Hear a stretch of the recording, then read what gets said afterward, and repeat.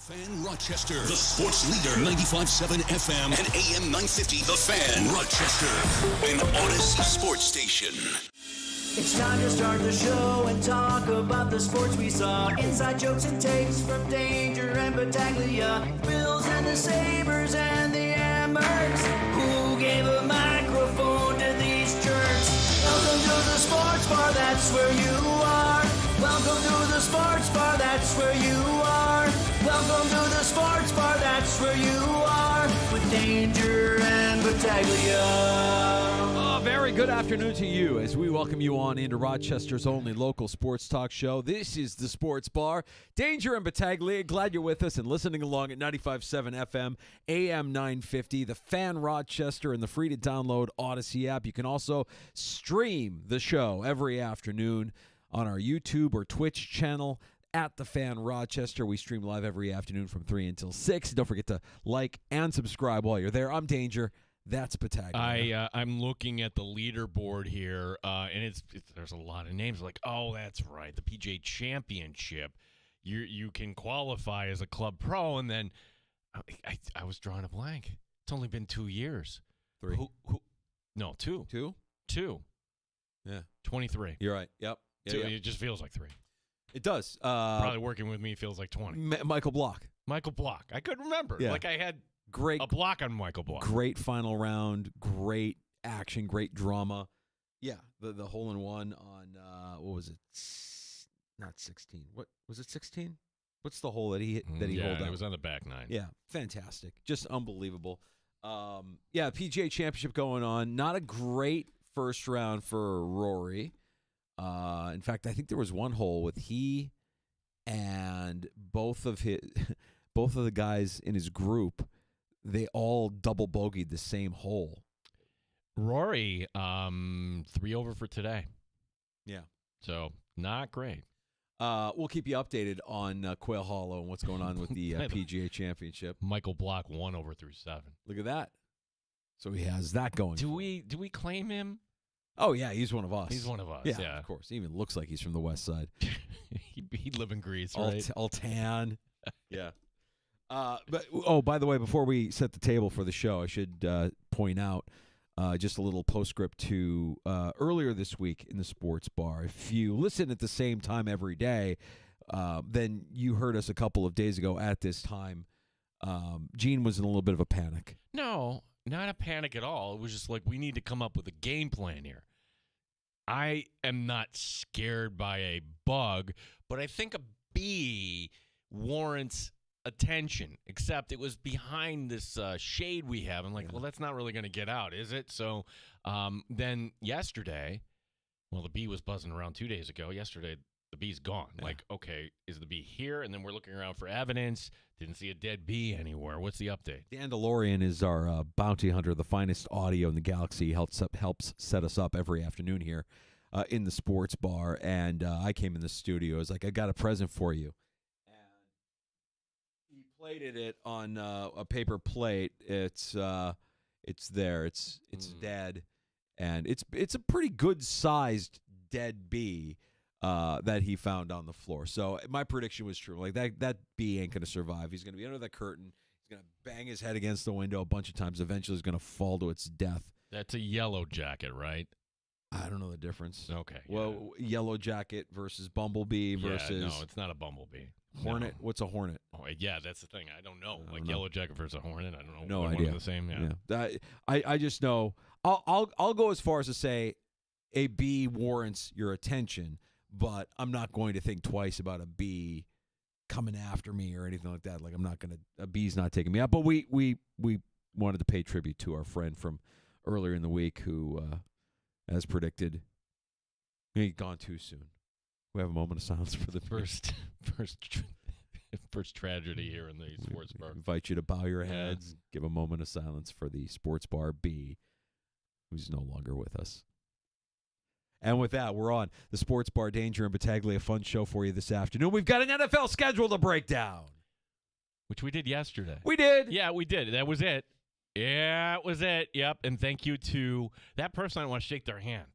Like, the NFL does not like that. So someone within those walls at One Bills Drive just took the Excel spreadsheet, gave it to a friend, and who knows? It could have been an intern, could have been somebody, but it landed in our hands. We're like, yep, that is it. So, but now everybody's got a take on this. We're going to invite in Andy Young, Spectrum, joining us in the 4 o'clock hour. We'll talk a little bit about the Bills' schedule, what's happening out there, and OTA is still going on. We're still a few weeks away from mandatory minicamp. So we'll talk about the schedule and some Bills football coming up in the 4 o'clock hour. I feel like things are going to get quiet in the NFL between like now or is certainly by Memorial Day and then until we get to training camp, with the exception of, organized team activities and maybe a guy or two in the NFL getting arrested. Maybe Aaron Rodgers signs. I mean, there's not a lot that's going to happen, so the schedule is going to have to satiate us here for a couple of months, and there's a lot to break apart when you look at the Bills' schedule specifically and why what we said yesterday I think is going to ring true. This has to be the year that they go over that proverbial hump, they get over that hump, because this schedule lays out perfectly for them. When you look at different analytics and metrics out there, this projects to be the 5th easiest schedule in 2025.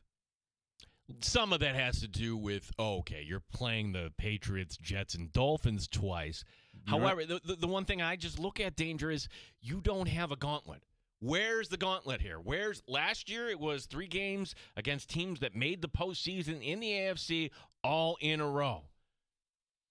Or actually, the Jets weren't one of them, but you get my point. You had Baltimore, Houston, and then the Jets all in succession, and the Bills went 1-2 there. There's no 3-game road trip. You're not putting back-to-back the Chiefs and the Bengals here. Last year, you put back-to-back the 2 Super Bowl teams, the Chiefs and the 49ers. So the idea that even with the Eagles, because I don't know what the world looks like in Week 17, maybe the Bills need that game, maybe they don't. Maybe the Eagles need that game, maybe they don't. Now, the primetime games early on, I know fans are like, I'd rather have Sunday 1 o'clock. We know this is the price of having a great quarterback and a contending team for the Super Bowl. So I have no problem getting the primetime stuff out of the way. And by getting the primetime stuff out of the way, Danger, those games later here, they're protected. The idea that you can flex the Buffalo Bills, you can't. You only get 5. That's it. And by the way, the Chiefs and the Cowboys, if you're upset about primetime games, they have legitimate gripes. The Chiefs and Cowboys each have 8 standalone games. The Chiefs have 7 in primetime. The Cowboys have 6 in primetime, including 4 on Thursday night. That's a lot. It's not counting Thanksgiving and Christmas, too. It's a lot. That's a lot. Yeah. So the Bills are in the same category as the Dolphins, the Falcons, the Lions, the Eagles, the Commanders, the Chargers, and the Niners. All each have 5 primetime games. It could be a lot worse. And from what I've seen by a handful of different metrics, whether you're looking at prior year record strength over strength of schedule with the average of opponents' 2024 win-loss record, Buffalo has about the 5th easiest strength of schedule in 2025. ESPN, by the way, has the Bills as number 2 in the league with their early power rankings. Oh, you know how much I love those, right? Yeah. They're trailing only the Chiefs. They have the Chiefs at 1, the Bills at 2. Really? Okay, you're going to just discount the Eagles there? All right, but sure. What do you remember what the over-under is for the Bills this season? I don't know. FanDuel has the over-under right now for the Buffalo Bills at 11.5. It's tough. See, you go through this exercise, and I was listening to Eisen earlier today, and they just put on some random, 49er fan, and every fan base is like this, Danger. You're like, yeah, that's a win. That's a win. Let's play the game. Let's play the game. You want to play the game? Yeah. Let's play the game. Okay. I will. I've got the schedule right here in front of me. Same. Okay. And then you tell me what you think, and I will, at the end, tell you which games I disagree with. Okay. Anybody wants to weigh in, 866-4FAN. Home opener, Baltimore, Sunday Night Football. Loss. At Jets, 1 o'clock. Win. Short week. You come back home, though, to take on the Miami Dolphins on Thursday Night Football. Win. You stay home. I don't even have to ask. New Win. Orleans is a win. Right. Following week, third of a 3 straight home games, you're taking on Stephon Diggs, the New England Patriots, on Sunday Night Football. That's a win. And then you go to Atlanta on a Monday night in week 6. That's a win. Bye week. At Carolina, week 8, 1 Win. o'clock. Chiefs, 425, nationally televised game. Loss. Ooh. At Miami, week 10, 1 o'clock. Win. Baker Mayfield and Tampa Bay coming into town for a week 11 game. Win. At Houston on a short week, Thursday Night Football, week 12. That's a win. At Pittsburgh, week 13, 425. Oh, no. Who's the quarterback? It doesn't matter. It's a win. Home against Joe Burrow and Cincinnati, week 14. I'm giving them that one. That's a win. Wow. At New England, week 15. Win. At Cleveland, who's that quarterback? Yeah, win. Win. All right, the Eagles. Loss. Jets. Win. I have them going undefeated against the division. And I want to say, what did I give them? Three losses? 3 losses. You gave them losses to the Ravens, to the Chiefs, and to the Eagles. So here's my take, and this is what I was going to ask you here. Between the Chiefs, the Ravens, and the Bengals, if the Bills win 2 of those 3, does that put them in the catbird seat to win the number 1 overall seed? I have a feeling that they'll be in contention for the 1 seed, even if they lose 5 regular season games. Really? I think so, yeah. Huh. I think so. I think the gap is narrowing between the haves and the have-nots. I think that the Bills, the Ravens, the Chiefs, you can throw in the Bengals in there if you want. I think the Chargers, certainly I would throw in there. I think you could see these teams kind of beating up on each other a little bit here. And 3 wins, yes, you are the 1 seed, I think, with 3 wins. 5 wins, you're probably still in I'm sorry, 3 losses. 5 losses, you're probably still somewhere in the mix for the 1 seed, but it might be a little bit more challenging. You might need more help. Long way of saying, I think 11.5 as the over-under. I think you take the over. I think you have at least 12 wins on this schedule. At least. We talked to Matt Perino earlier in the week. It was Baltimore. I think, or Thad Brown mentioned it. The Baltimore Ravens being the team. I've got the Ravens schedule here in front of me. You want to go through this exercise? Because I do think that division is going to be down. I don't think Cleveland is going to, take 1 and 2. I don't think Pittsburgh is all that. And Cincinnati, who knows what you're going to get from the Bengals. So you already have the them getting a win week 1 against the Bills. Cleveland week 2. Win. Detroit on Monday Night Football week 3. Win. This is an example of why the Bills' schedule is much better. You know who they get after that? They get Kansas City at home. Oh, actually, they got to go to Arrowhead. Loss. Okay, so that's their first loss. They lose at Arrowhead. Week 5, Houston Texans. Playoff rematch. Win. Week 6, the Rams come in. Jeez. Rams going to Baltimore. Correct. That's a win.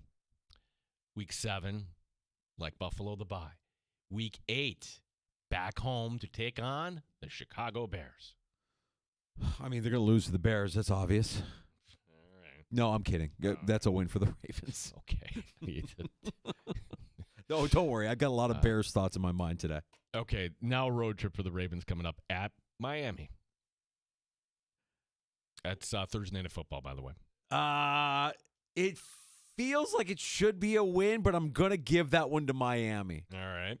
At Minnesota, Sunday, week 10. They beat Minnesota.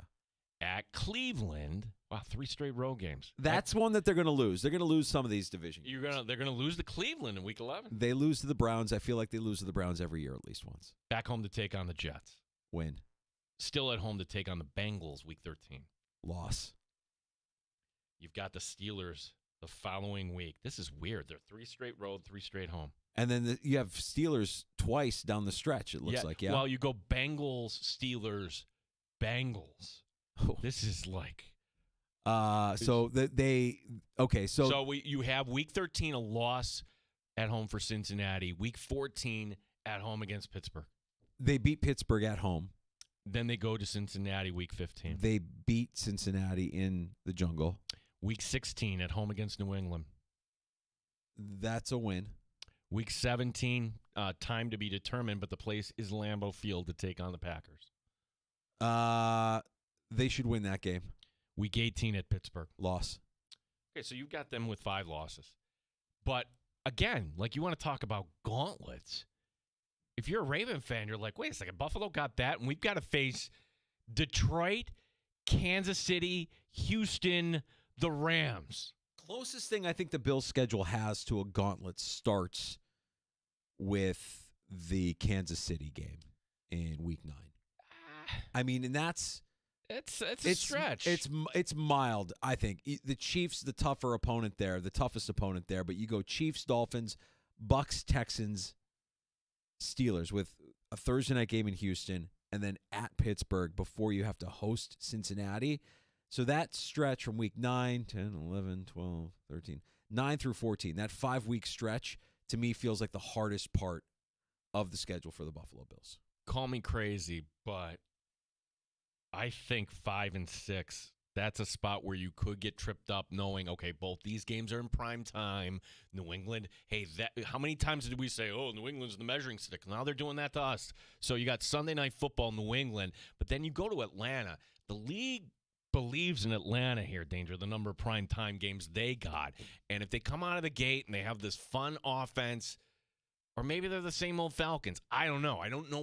That is one team I don't know what to make of the Atlanta Falcons here in 2025. If they win, I'd say 3 of 5 in that week 9 through 13 stretch, Chiefs, Dolphins, Texans, Steelers. That's that stretch. I think if they can get 3 of 5 there or better than 3 of 5 there, then the 1 seed looks very realistic. And, you know, at this point, like I said, you look at the schedule, if not this year, when? Because you still have Josh Allen in his prime. You've got what appears to be a favorable schedule, an easy strength of schedule. You have one of the league's highest, one of the best, one of the lightest slates in the league. You've got a star MVP quarterback, an 11.5 win total by the Vegas odds makers. So, at worst, 12 wins for the Bills in 2025. At worst, I think. Which is a far cry from where we were last year at this time, right? Yeah. Last year at this time, we were not high. I mean, they made it to the AFC Championship in what we thought was going to be a down year. This year, that schedule, with what they've done, with what Vegas sees and what all the analytics and nerds see, 12 wins feels like the floor for this team. This feels like the way it did coming off the year with 13 seconds. Okay, that's a tough playoff loss. But that year, going into the season, the Bills were the Super Bowl champions, and they faced the Super Bowl champion Rams, and they rolled them. And if you remember, that was the year that ended in a loss to the Bengals at the end of the year, and that was a very trying year. So, to me, you have these high expectations once again, and some of the core wasn't here 3 years ago. Some of it was. And, you know, certainly the key pieces in management were all here. I think this team will just kind of be just fine. The fact that you get the Ravens opening night, do we see a tougher training camp for the Buffalo Bills? Does Sean McDermott adjust accordingly? Because let's take, for example, sometimes veteran mini camp that's coming up in June, day 1, day 2. You guys, good enough. We got our work in. See ya, everybody, in July at Fisher. Last year they didn't do that because it was a younger team, but I'm just wondering if Sean McDermott wants to set a tone like, no, we're going to work for the 3 days. Or do we see tougher practices at Fisher, Danger? I'm just wondering. You're going to have to match that physicality of Baltimore week 1. Yeah, it's going to be the challenge. And you know that they're going to come out hot. that's what I mean. That game last year was a tone setter. Baltimore, Kansas City, week 1, thinking that could be sloppy or there was no finesse in that game. That was hard-nosed, physical football.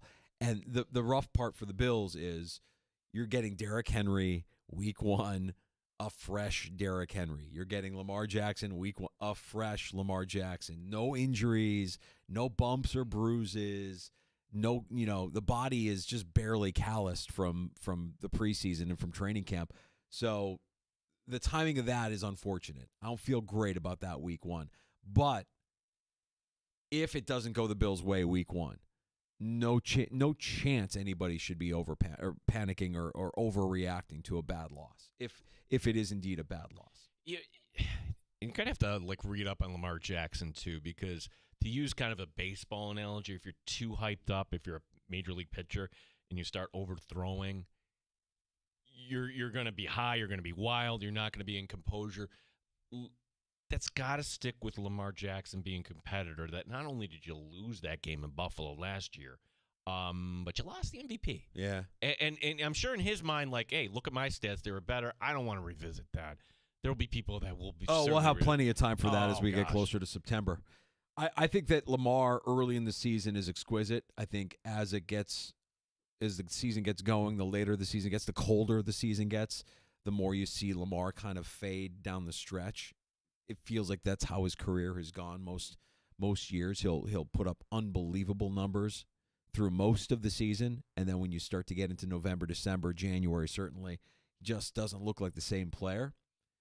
So getting him week 1 is not ideal. Getting Derrick Henry 100% healthy coming into week 1, not ideal.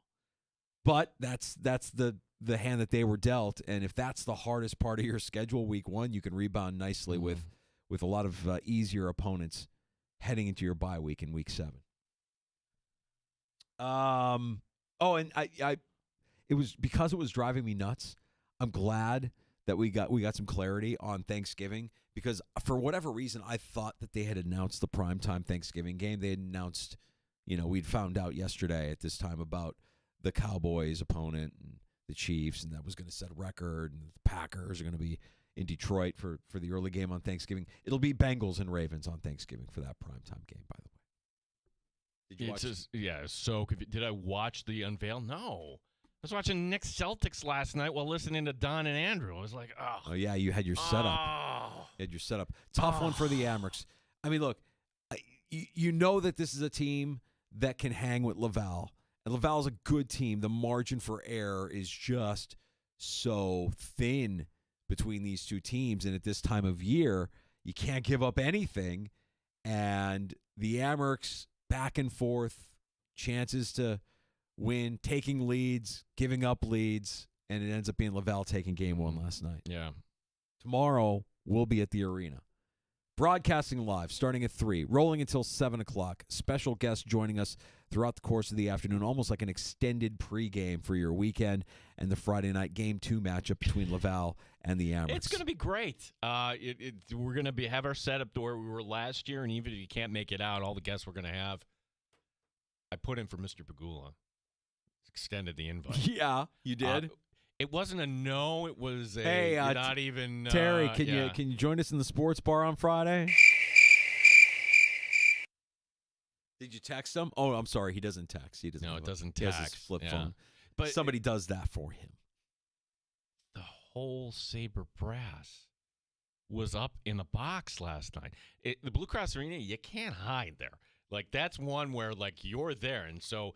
There's Terry Pagula, there's Kevin Adams, there's Lindy Ruff, there's Eric Stahl, there's Pete Gowelli, and a bunch of others. That's fantastic. You forgot bury the lead. Seth was there. Our buddy Seth Appert was there. Oh, yeah. I was on with Don last night. Seth on with Don last night. I'm like, oh, there's Seth. There's Seth. And Seth hasn't lost anything off the fastball. Don peppering him with questions, and Seth had an answer for everything. Love Seth. Slick as ever. Knows exactly what to say and how to say it. Really good order. And, it sounded like Seth got a lot out of his first year as an assistant coach in Buffalo, with the exception of wins.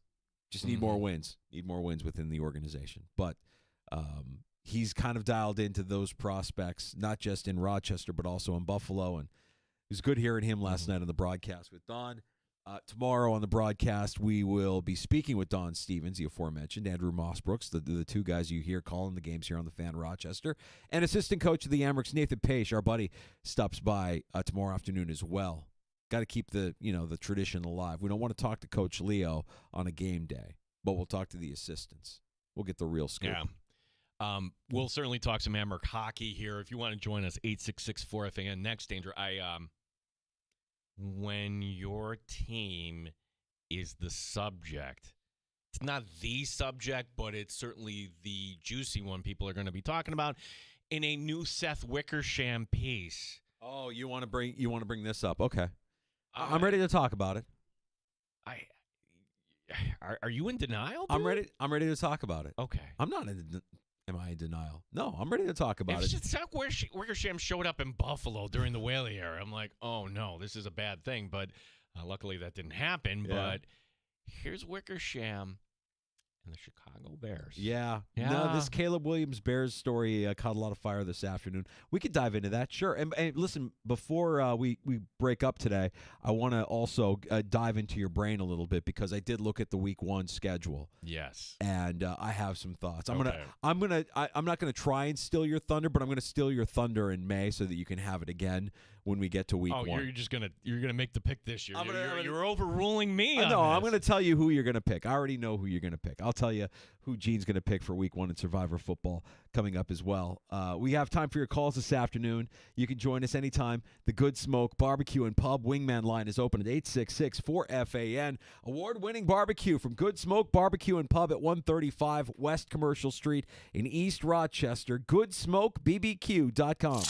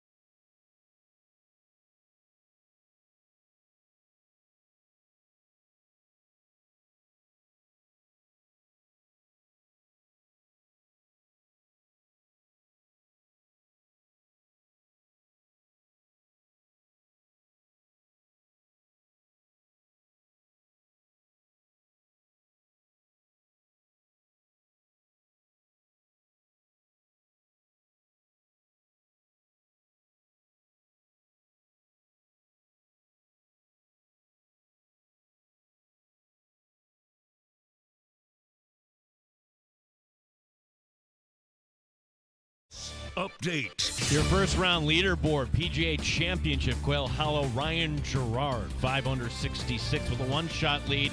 The group behind him, Luke Donald, amongst the players that shot 67 today. Not a good round for Rory McIlroy. He heads to the second round at 3-0. Not a good opening night for the Amerks in round 2. They're in a 1-0 hole in the best of 5, dropping the 5-4 decision to Laval. Mike Leone on the adjustments. The margin for error is really small against a team like that. Even, you don't want to be yourself and you got to manage games, so those things are really important at this time of the year. But yeah, you just got to do a better job of just managing the game. We'll have game 2 tomorrow night here on the Fan Rochester, the Sports Bar, live from the Blue Cross Arena tomorrow, 3 to 7. Wings are 10-29 on the season. Durham again, the opponent tonight. Gene Battaglia and the sports leader, the Fan Rochester. Pull up a stool and join us. 585-866-4FAN. 866-4326. The Sports Bar with Danger and Battaglia on the Sports Leader, 95.7 FM and AM 950, The Fan, Rochester. You're back in the Sports Bar, Danger and Battaglia. Glad you're with us. Thanks for watching on YouTube at The Fan Rochester and on Twitch at The Fan Rochester. Like and subscribe. Don't forget, you can get us on your smart device anytime when you ask it to play 95.7 The Fan. Go ahead, Gino. I know. Well, you're all right, you're licking your chops. Let's not here. Like this is like the story. It's funny how quickly things move in the NFL. Where yesterday the schedule. Okay, nice. And we'll continue to talk about the schedule. We'll talk about that next hour here in the Sports Bar. But Seth Wickersham talking about development of quarterbacks, and in this latest piece, he's got a book coming out. Right.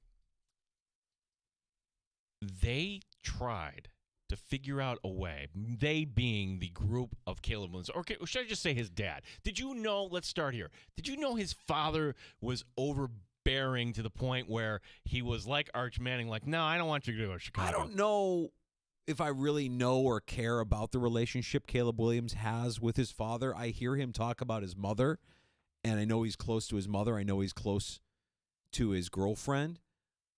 But I guess I didn't really put two and two together about his relationship with his dad. So I don't know how close they are or any of that. But this is a story and a tale that we've had in the NFL and in sports in general. It's the overbearing parent, right? Yeah. Like the parent who wants to completely manage and manipulate their child's future and where their child will play and how much their child will play and where their child will go. And I don't really, if I'm a coach, I have a problem with it, but I really don't have a problem with a parent being involved and wanting what's best for their kid. Oh, timeout. He's not a child. He's a grown man.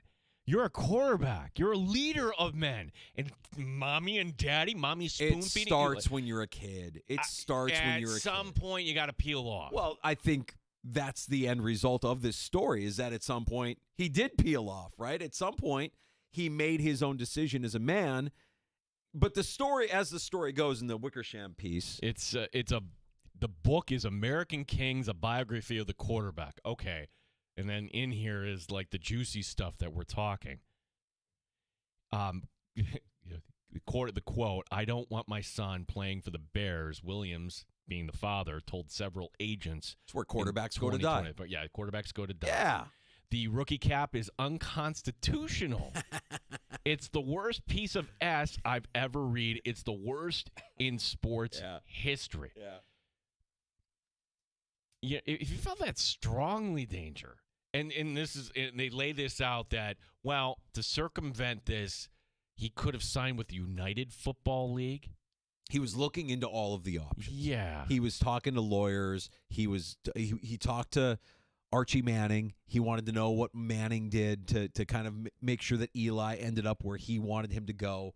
This is nothing new. And you had, John Elway do this with Baltimore, with the Colts back in the day when the Colts were scheduled to draft him and he didn't want to go there. He kind of harpooned the Colts so that Denver would take him. And these were all strategies that were being thought of. The part that I found interesting was Caleb Williams meeting with Kevin O'Connell, the Minnesota Vikings, in the pre-draft process, and developing a relationship with him. Like, wow, that's the kind of guy I want to play for. I want to go play for the Vikings. How do I go play for Minnesota? How do I go play for that guy? And clearly he wasn't going to play for them because the Vikings didn't have what it would take to get to that number 1 overall pick. Oh, and by the way, like the Bears are going to trade, like your head would have exploded. Within the division. Yeah. Not happening, right? Right. So, I mean, and when I think about that, I'm like, well, Kevin O'Connell, pretty charismatic dude, offensive-minded head coach, probably hit it off with a lot of quarterbacks or a lot of offensive-minded players because that's his world versus what the Bears had at the time in goofy Matt Eberflus. I mean, of course he's going to say, send me to Minnesota. I want to play for that guy over the guy that I'm going to play for in Matt Eberflus. If I'm Bears ownership, I'm even more furious about how poorly last season went, the 10-game losing streak. And in this report, Williams talking about weeks where he would just watch film alone with nobody giving him any guidance or telling him what exactly to look for. I mean, at the time of that, I imagine the franchise was just upside down, complete upheaval. No offensive coordinator, no head coach. You moved up the interim offensive coordinator to be the interim head coach. Just a disaster of a season, and Williams kind of documenting that. But the thing that I liked about Williams was him saying, I can go to Chicago. I can make this work. And that's where I say he peeled off from the wishes of his old man. And that's when he became an adult. That's when he became his own man. He made his own choices.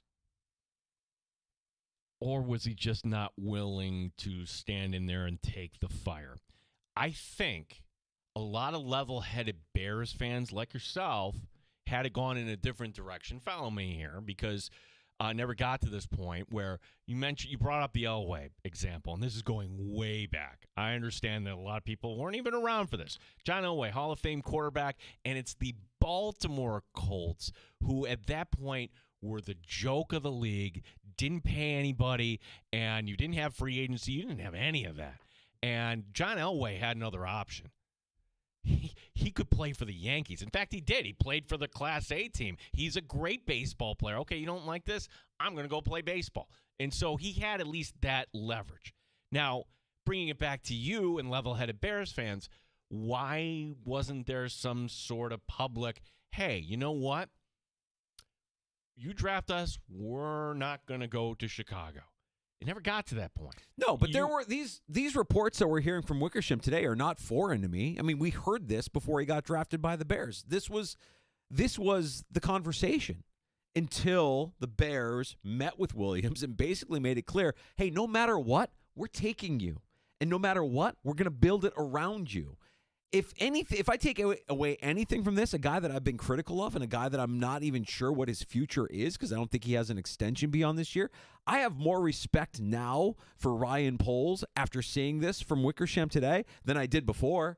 Ryan Poles, hasn't made all the right decisions for the Bears. There's certainly been some questionable choices along his tenure, but he did make the trade with Carolina that looks right now completely one-sided when you see what the Bears got in return, and that was finally completed with this year's draft versus the one player that Carolina is hitching their wagon to in Bryce Young, and that includes Caleb Williams. And this season, with all of the turmoil behind them, I should say, I'm not a part of the team, all they did was get the hotshot coordinator that every team wanted as their next head coach and get more help for Caleb Williams. Fix the line in free agency, draft more weapons in the draft. I have more respect for what Ryan Poles did. All that being said, I'll be able to tell you by the Bears bye week in week 5 whether or not Caleb Williams is indeed the dude. You'll be able to tell early in the season, by week 5, by the bye week. Is it working with Ben Johnson and Caleb Williams? Is he the dude? I think you got to give it more time than that. Well, I know what I saw last year under the worst of circumstances, and it was still pretty good. Well, you just throw in the preseason against the Buffalo Bills where he's rolling out to the right, and that's an NFL arm. He's got talent. I know he's got talent, and what I saw last year under the worst of circumstances gives me hope that with Ben Johnson, with a competent mind running the organization, that he might actually be the dude, but we'll know pretty early on if he is indeed the dude. Yeah, I wonder how often. I think it's probably more than we realize behind the scenes draft process. Yeah, don't take me. I'm not going to go there, or whatever it is. Like, you are doing everything to sabotage, some team taking you. And I can think of 2 instances in Bills history, okay, where this happened. One being the Bills had the number 4 overall pick. And they just traded for Drew Bledsoe same weekend. And number 4 overall pick, the top offensive lineman was this guy, Bryant McKinney. Remember him? Mm-hmm. He told the Bills, no, I'm not going. Don't take me. So the Bills, okay, all right. Then they go and they take a guy, Mike Williams. Terrible. Who was a schlub. Terrible. It was just, the lesson be learned. If you don't get the guy you want, C.O.J. McDuffie and Kyrie Elam, don't take the next guy on the board because you haven't thought it through. I think that's so funny. I remember Mike Williams' rookie season, and I was at the time programming another radio station. Oh, you could say this because I was on that station. You were on the Zone? You were talking up alternative songs? So I was doing traffic. Oh, that's right. I was doing traffic reports. That's right. And it was just like that. And so I would hear those two guys. We could say Carlson and McKenzie. Carlson and McKenzie Rest show. in peace, Kevin Carlson. Really? Yeah, one of the funniest guys I've ever known. Oh, God. I didn't even know that. Passed away a couple of years ago. Just unbelievably talented, funny dudes. And I had the privilege of working with them for a few years while I was overseeing that station. And we had a partnership with the Bills, and of course CMF was the flagship. Yeah. So they got all the big names and all the big interviews, and they kind of threw the scraps to us over at the Zone. Of course, Carlson and McKenzie, they were football guys, but they weren't necessarily Bills guys, and they would rather do a comedy bit than break down film and talk about Mike Williams. Right. So then the Mike Williams show was kind of thrust on him. As I'm listening to this and waiting for my next meaningful traffic report every 15 minutes. With there. Tom George breathing down your neck. Right. Call OEC. Another guy. Rest in peace. Peace, Tom. The point being, like, that was multiple times in the well, we're still waiting. The Mike Williams show brought to you by X, Y, and Z, and this. And then he wouldn't show up. Or when he was on, he was terrible. He was terrible. You just knew he didn't want to do it, didn't want to be there, zero personality, just a complete zero on and off the field. And then Mike Williams, eventually, there was just 1 week where he just went away. Can you imagine today, like Bill's camp, where's so-and-so? Well, we haven't seen him in a couple days. That's what it was with Mike Williams. And hopefully he's whatever issue he had. Boy, I didn't think we'd take that detour. But Brian McKinney said, no, I'm not coming to Buffalo. He was drafted 3 slots later by Minnesota. Worked out for him, even though he's never going to be in the Hall of Fame. Good player. Yeah, carve out 11 years as a left tackle. That's a pretty decent career. The other guy being, all right, don't draft me. Don't draft me. The Bills draft him. They bring him in, ready to sign his contract. You know where I'm going with this story? And he's ready to sign the contract, and then, oh, sir, you have a call. It's a family member. Okay, wasn't a family member. It was the Houston Gambler saying, "Do not sign. We will pay you more money." Great, I'm gone. Kelly. It was Jim Kelly. Yeah. Now, hard to think like Jim Kelly was a guy like, no, I am not going to Buffalo, and then he is Mr. Buffalo. Yeah, those are a couple of funny stories. So I guess when you see the history of high-level players not wanting to play for a certain team, it's not unprecedented. It's also not unprecedented that a father would be overbearing over their extremely gifted child. And it's not unprecedented that a bad team is a bad team, and you have to kind of adjust to that. The Wickersham piece, to me, none of it was really surprising to me. The thing that actually I like about it is that Caleb became his own man and said, yeah, I'm going to play for Chicago. This is going to work. I'm going to make it work there. Excuse me. And I mean, the jury's still out. Maybe it's a disaster, but I don't think anybody in Chicago views Caleb Williams as the problem or says that's a guy that didn't want to be here. We don't like that guy. I don't think any of this is going to tarnish Caleb Williams when it's all said and done. We identified the problem right away. Like when you're going to go get the quarterback, you have to give him the best environment. Let's be honest. The Bills didn't do that right out of the gate with Josh Allen. They didn't. Nathan Peterman is the backup quarterback? No. They went out and they got Derek Anderson, and they realized, okay, maybe this will work if we get – and they hired the right coordinator, obviously, in Brian Daboll, but the Bears keeping Eberflus first and foremost. No, it was a mistake. Yeah, terrible. So, I mean, while Ryan Poles you can point the finger at him for a lot of bad choices and bad decisions, and honestly, I don't know how much of it is actually his final call, but – after hearing this piece, I mean, it's clear Poles is the guy that got Caleb to basically eventually say, yeah, I can do this. I can make this work. You're giving me everything I'm asking for. I mean, then it's on me. No more excuses. And that's kind of how I see them going into this season, where they certainly, there's a lot of potential and there's going to be a lot of eyeballs paying attention to what Ben Johnson can do in year one as the head coach of Chicago. By the way, schedule release videos. Did you watch the schedule? You didn't watch all of them, but you saw the best ones. The Bears schedule release video, and not just the Bears, several schedule release videos. Guys, I don't know if the algorithm rewards you for length, but let's land the plane. Some of these were just way too long. It's if you're looking for little Easter egg things, like I don't know, are my eyes bad?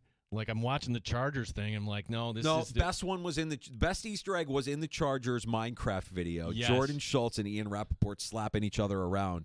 That was... That's great. That was good. I'm surprised they didn't have to delete it, though. I think the Colts had to delete theirs because they... All right, so legitimately, all right, the Colts are, doing their... What was it? Was that Minecraft 2? Or I don't know. It was something cartoon related. I didn't get the chance to see the Colts before they pulled it down. Well, they pulled down the But one I think part. it was Minecraft. Yeah, so they did a Minecraft too, and it's a dolphin, and you could tell the dolphin, he's wearing the number of Tyreek Hill, and he's swimming, and pulling up behind him is the Coast Guard. Yeah. Now, is that egregious? You could say, hey, Tyreek Hill is fast. He's getting pulled over for speeding, but then automatically, oh, yeah, he had those alleged things and da-da-da-da. Well, he did get pulled over. I mean, that wasn't alleged. He got pulled over week 1 last year, and that was a big story, remember? I mean, but they had to pull it down. So somebody got their way, whether it was Hill's agent. I think No, it was Rosenhaus. Yeah. The Rosenhaus is his agent, and then after it gets pulled down, Hill said, oh, I thought it was funny. Right. Okay. Yeah, that's right. And this is Rosenhaus. He saw an opportunity. He took it. I thought the Titans knocked it out of the park. Titans probably win it this year. Yeah. And Titans a couple of years ago had the best one, too, with the drunk fans trying to identify team logos. The Titans spoof of the prescription medications was... If you're going to make fun of Big Pharma and with a fake ad, I mean, the two things I think have made me, whether you're talking about a couple of beers from SNL and the Titans schedule release video, those are a couple of hearty laughs for me this year. I can't tell you what exactly Sky Rizzy is for. Like, I can't tell you what Forsiga or any of these are for. So, mocking Sky Rizzy, they did Schedule Rizzy. Yeah. Schedule Rizzy, and you had all these Titan fans walking around in a trance, and then they get to the side effects, and that's when they rattle off the schedule. I'm like, oh, this is great. Diarrhea. Imposter syndrome. Perfect. That was well done. And to my point that I was trying to make, I think that ran at like 90 seconds. Like, good. That was perfect. Good. I can see the schedule, consume it, and you can get your message across. The video game spoofs, there was too many of them. It feels like it's low-hanging fruit. I did like the Chargers making fun of Rappaport and Schultz. I thought that the Bears was a little bit long.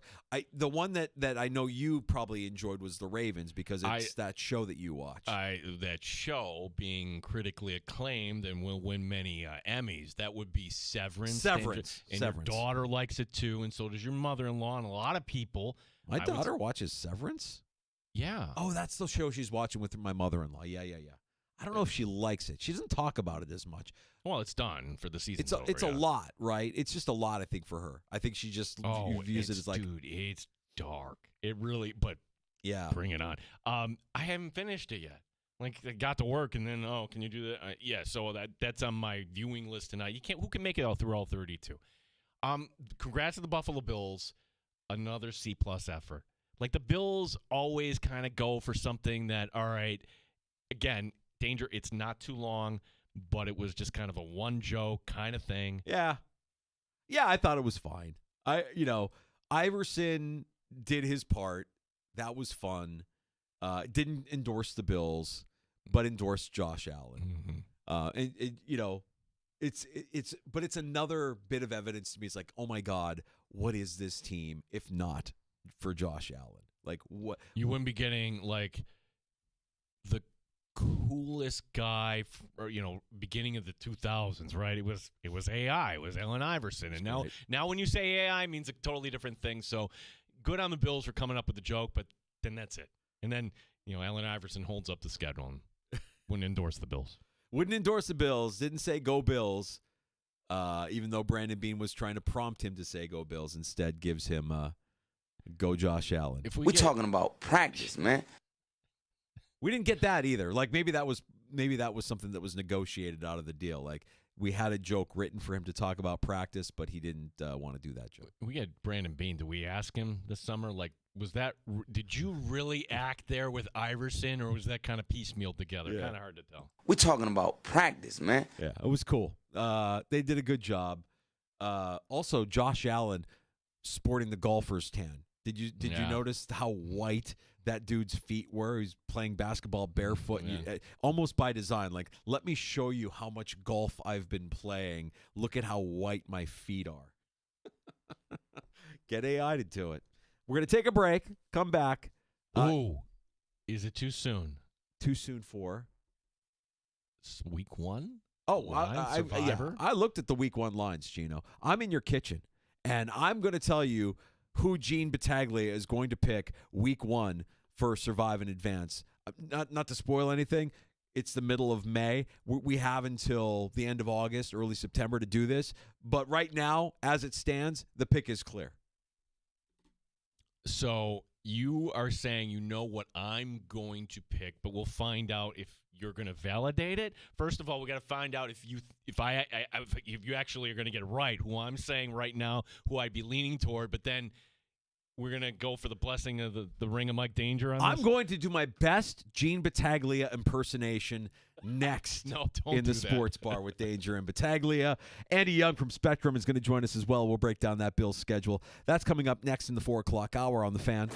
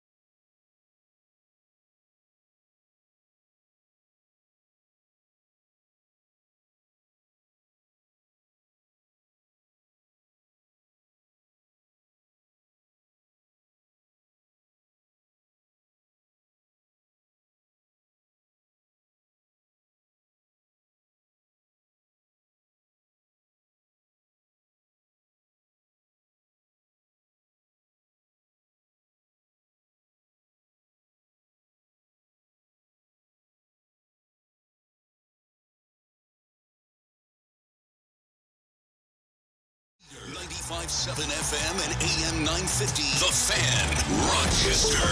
An Odyssey sports station. The Fan, Rochester. Sports Update. It's the first round of the PGA, as in North Carolina. It's Ryan Gerard, your clubhouse leader. 66, he's 5 under. Large contingent at 67 under. A lot of notable names not at the top of this leaderboard. Rory McIlroy, a 3 over in round 1. Rochester Americans, not a good first night. They lose 5-4 to Laval. We'll have game 2 tomorrow here on the Fan Rochester, the sports bar, broadcasting live from Blue Cross Arena on Friday from 3 to 7.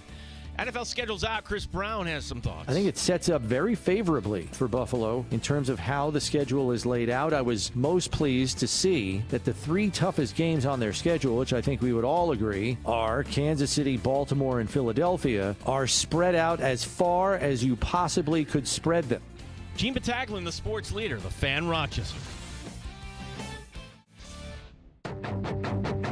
The Sports Bar with Danger and Battaglia. We have it. The 2025 Bills schedule is right here. We've got meaningful games on the way. Bills, Ravens. Touchdown, Ravens! Juicy. 5 primetime games, 4 425 games. I think Bills fans and the team should be pretty excited how this lays out. And I could see the Bills being a 10-7, 11-6 team. It's not impossible. The win-loss game is now in effect. Mike Danger. The ceiling is 2 losses and the 1 seed. If you're not going to do it this year with this schedule, then I don't know you're going to get another opportunity with Josh Allen in his prime the final year at Highmark Stadium. It just feels like it's setting up for the Buffalo Bills. Gene Battaglia. Bills fans, you're not excited. This is a schedule that says, do you want the 1 seed? It just flows so nicely for this team. Bills Mafia. How you living? Be good, do good. God bless, and go Bills. 95.7 FM and AM 950 The Fan, Rochester. We'll dive into that Buffalo Bills schedule with Andy Young of Spectrum joining us here in about 20 minutes or so as we welcome you back into Rochester's only local sports talk show. It's the Sports Bar, Danger and Battaglia. Glad you're with us. Thanks for listening at 95.7 FM, AM 950. We sound our best in the Odyssey app. We encourage you to download that for free and listen to us everywhere you go. You can also watch the Sports Bar on our YouTube channel or on Twitch. We're at the Fan Rochester. Like and subscribe while you are there. Gino, I would like to talk about something important. Opening lines for week 1 in the NFL. And if you don't mind, let me just kind of take over for a second here, Gino, because I'm in your kitchen. Wait a second, dude. Wait, I don't get to do this? I got the music going. Don't stop me. I'm cooking. There are 3 games in week 1 where a team is favored to win by 7, the widest spread at the moment. You have Commanders hosting the Giants. No. Cross it off the list. Can't have it on the list. Divisional game. You have the Pats hosting the Raiders. Hilarious. When did New England become talented enough to be favored by a touchdown over anyone? And finally, do you have the stones to pick the one game that fits all of our rules for Survive and Advanced Football, but will feature a complete unknown at quarterback for the underdog in the matchup? Gino, if I know you, we're going to be picking Broncos over Titans, your week 1 survivor pick. Book it now, and you can thank me on Monday. In September. A Monday in September, yeah. All right, just play that back. How did you know? Actually, you've been listening to me for so many years. That's where you're going, right? Yeah, I think that's really the only play. Now, who knows? There could be injuries, but you look at all these divisional games. I don't want any part. You have the Eagles giving 7 to Dallas. No, I don't want any part of that. Even though the Eagles, I think, will win that game. No, thank you. Chiefs, Chargers divisional. Tampa, Atlanta divisional. Carolina, Jacksonville. Jacksonville's favored. No, thank you. I don't want any part of that. Colts are actually favored by 1 over the Dolphins. Want no part of that. Steelers a road favorite. The Jets, no, we're not taking a road favorite. And Arizona, road favorite at New Orleans. Oh, but Gene, have you seen how bad New Orleans is? No, I don't want to pick Arizona. Why, Gene? You want to save New Orleans? Savers or losers? No, we're not saving New Orleans, all right? We just think that... Imagine saving New Orleans in Survivor football. Like, oh, yeah, that's a team that's going to win me one later this season. Or Actually, I have that kind of backwards. We're not doing this. There are leagues that you only can pick one loser per week. Yeah. But even still, week one's always kind of a dicey thing. Tennessee. How are the Saints favored in that game, by the way? I know that they're home, but no, they're. I have the Saints minus 4.5. No, I have Arizona minus 4.5. Oh, okay. Never mind. My thing got mixed up. Yeah. Denver's giving 7. That looks like a gift, right? Oh, we don't know what's going to happen from Cam Ward. I know Denver has a really tough defense. Really good defense. Yeah, that's not a good opener for Tennessee to go out there. He's going to be throwing against a really good defense. And you're playing at altitude. There's a lot of good vibes around the Broncos, too. Broncos make the postseason. They're feeling good. And even though they got wiped out by the Bills, they did lead the Bills for a hot minute in that game. And the feeling was like, okay, this is good. Our young guys have experience. So we felt like we were going to get a shootout is what I felt like it was going to be when they scored first. I'm like, oh, boy, here we go. We've been through these games. Detroit. I thought it was going to be one of those games, and instead the Bills clamped down, and they weren't able to get anything going offensively. So, yeah, that seems like the safe pick. Give me the Broncos week one, the late window there on that first Sunday in September 7th, that first Sunday of September with the Titans and Cam Ward coming in for his first NFL start. I feel bad, like the Bears get the Monday night game. That feels like you're late to the party in week one. Like whenever the Bills opened on Monday night, I'm like, give me Sunday somewhere on this. I don't feel bad about it at all. Do we want to talk about? I'm actually excited about that first Monday night game. I think that's good. Here's what I like. I'm not telling tales out of school here. If you listen to the show, you know I'm a Bears fan, but I also talk about the Bills for almost 3 hours every weekday with my buddy Gene over here. Hey, so you live in the area. I live in the area. I'm invested in the Bills. I want the Bills to succeed because I know what it means to everybody to see this team win. I'm not anti-Bills because I'm pro-Bears. I'm a Bears fan because it's been my team all my life, but I want the Bills to win. I want the Bills to be a success. There is a doubleheader on Monday Night Football where I'm going to be conflicted. And I hate when this happens. I hate when ESPN does this. Well, we had the schedule yesterday, and and hopefully you were listening to us, and you told your friends, and you felt really good that, oh yeah, this is old news by the time it came out. The one thing that we didn't know, wait a second, that game, that's an earlier time on Monday Night Football. Oh, awesome, yeah, 7:15, fantastic. Oh, yeah. That's week right. 6. Week 6, the Bills have the Falcons in Atlanta, and also week 6, the Bears rematch with the Commanders, the team that completely put the Bills season on the Bears season on tilt last year. So I'm going to be, and that happens from time to time where both teams are playing simultaneously, and I've Bear fan friends that's like, why are we watching the game this week? I'm like, I'm watching the Bills. I got to watch the Bills first, and I'll watch the Bears. I'll record the Bears if they're on TV or whatever.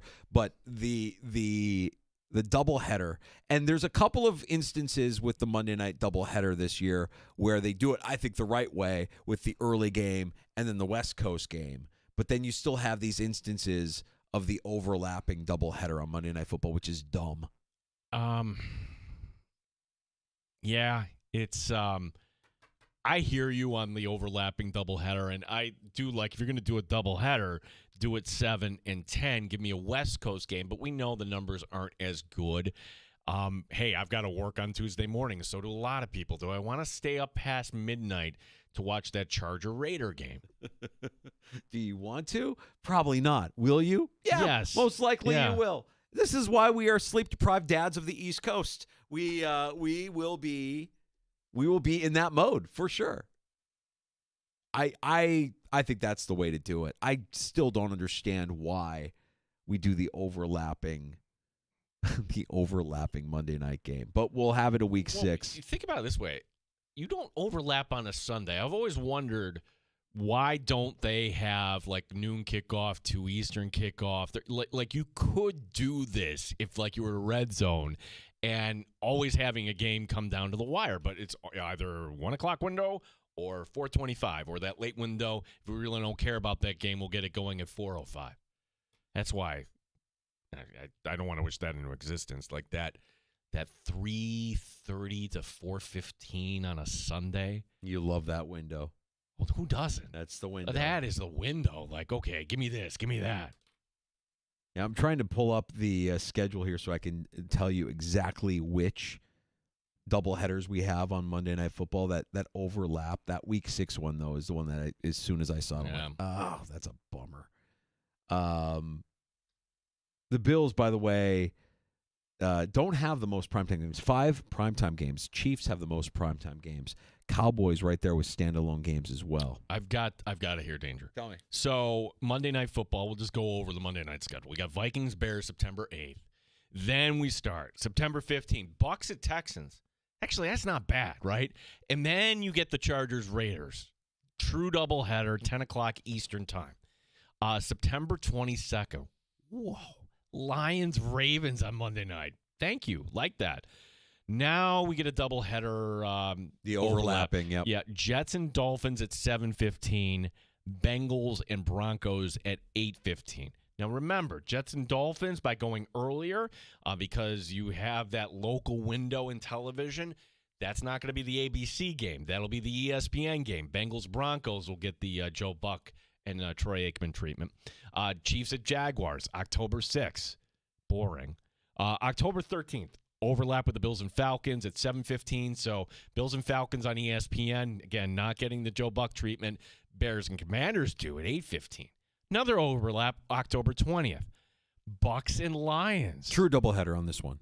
Oh, I'm sorry. You're right. Texans and Seahawks at 10 o'clock. Yep. I think you only have the overlap twice. And that's, what is that, Week 4 and Week 6. Yep. And then you have the true doubleheaders in Week 2 and Week 7, where you have the early game and then the West Coast game. So a total of 5 doubleheaders, because there's another one at the end of the season, which is still to be determined. That is the Saturday of Week 18. January 3rd. Right. So the NFL does not want to put a team on Monday, so they're going to move 2 of those games to a Saturday. And, gosh, everything's getting blurry between college and NFL, right? Those rules seem to be out the window here. So yeah, no, the NFL knows what they're doing. They've absolutely stretched their boundaries here and taken their toe right up to the line as far as what they can and can't get away with. There's some games on the schedule later in the year. I'm like, ugh, 49ers, Colts. Giants, Patriots. Remind me, can they flex games into Monday night? Because you're right, they can't. That's true. No, can they can't. They can. We had it with Eagles and Seahawks got flexed in. I can't remember for the life of me who got flexed out though. Yeah, I mean, I suppose Giants, Patriots could be something at the beginning of December, but I'm not holding my breath. I think the Giants' schedule is brutal. Is Brian Daboll still the head coach December 1st? Probably not.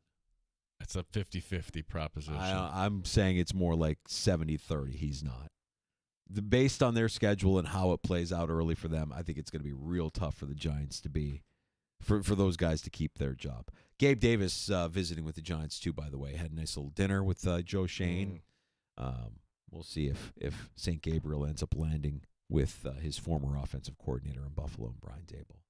So there's the Monday Night Football schedule. Man, it just felt nice to drink water from a fire hose last night with all that we had going on, whether you were watching the Knicks, whether you were paying attention to what's happening at Blue Cross Arena, or just taking in the NFL schedule release. There was a lot going on. Can I point at laugh at something else?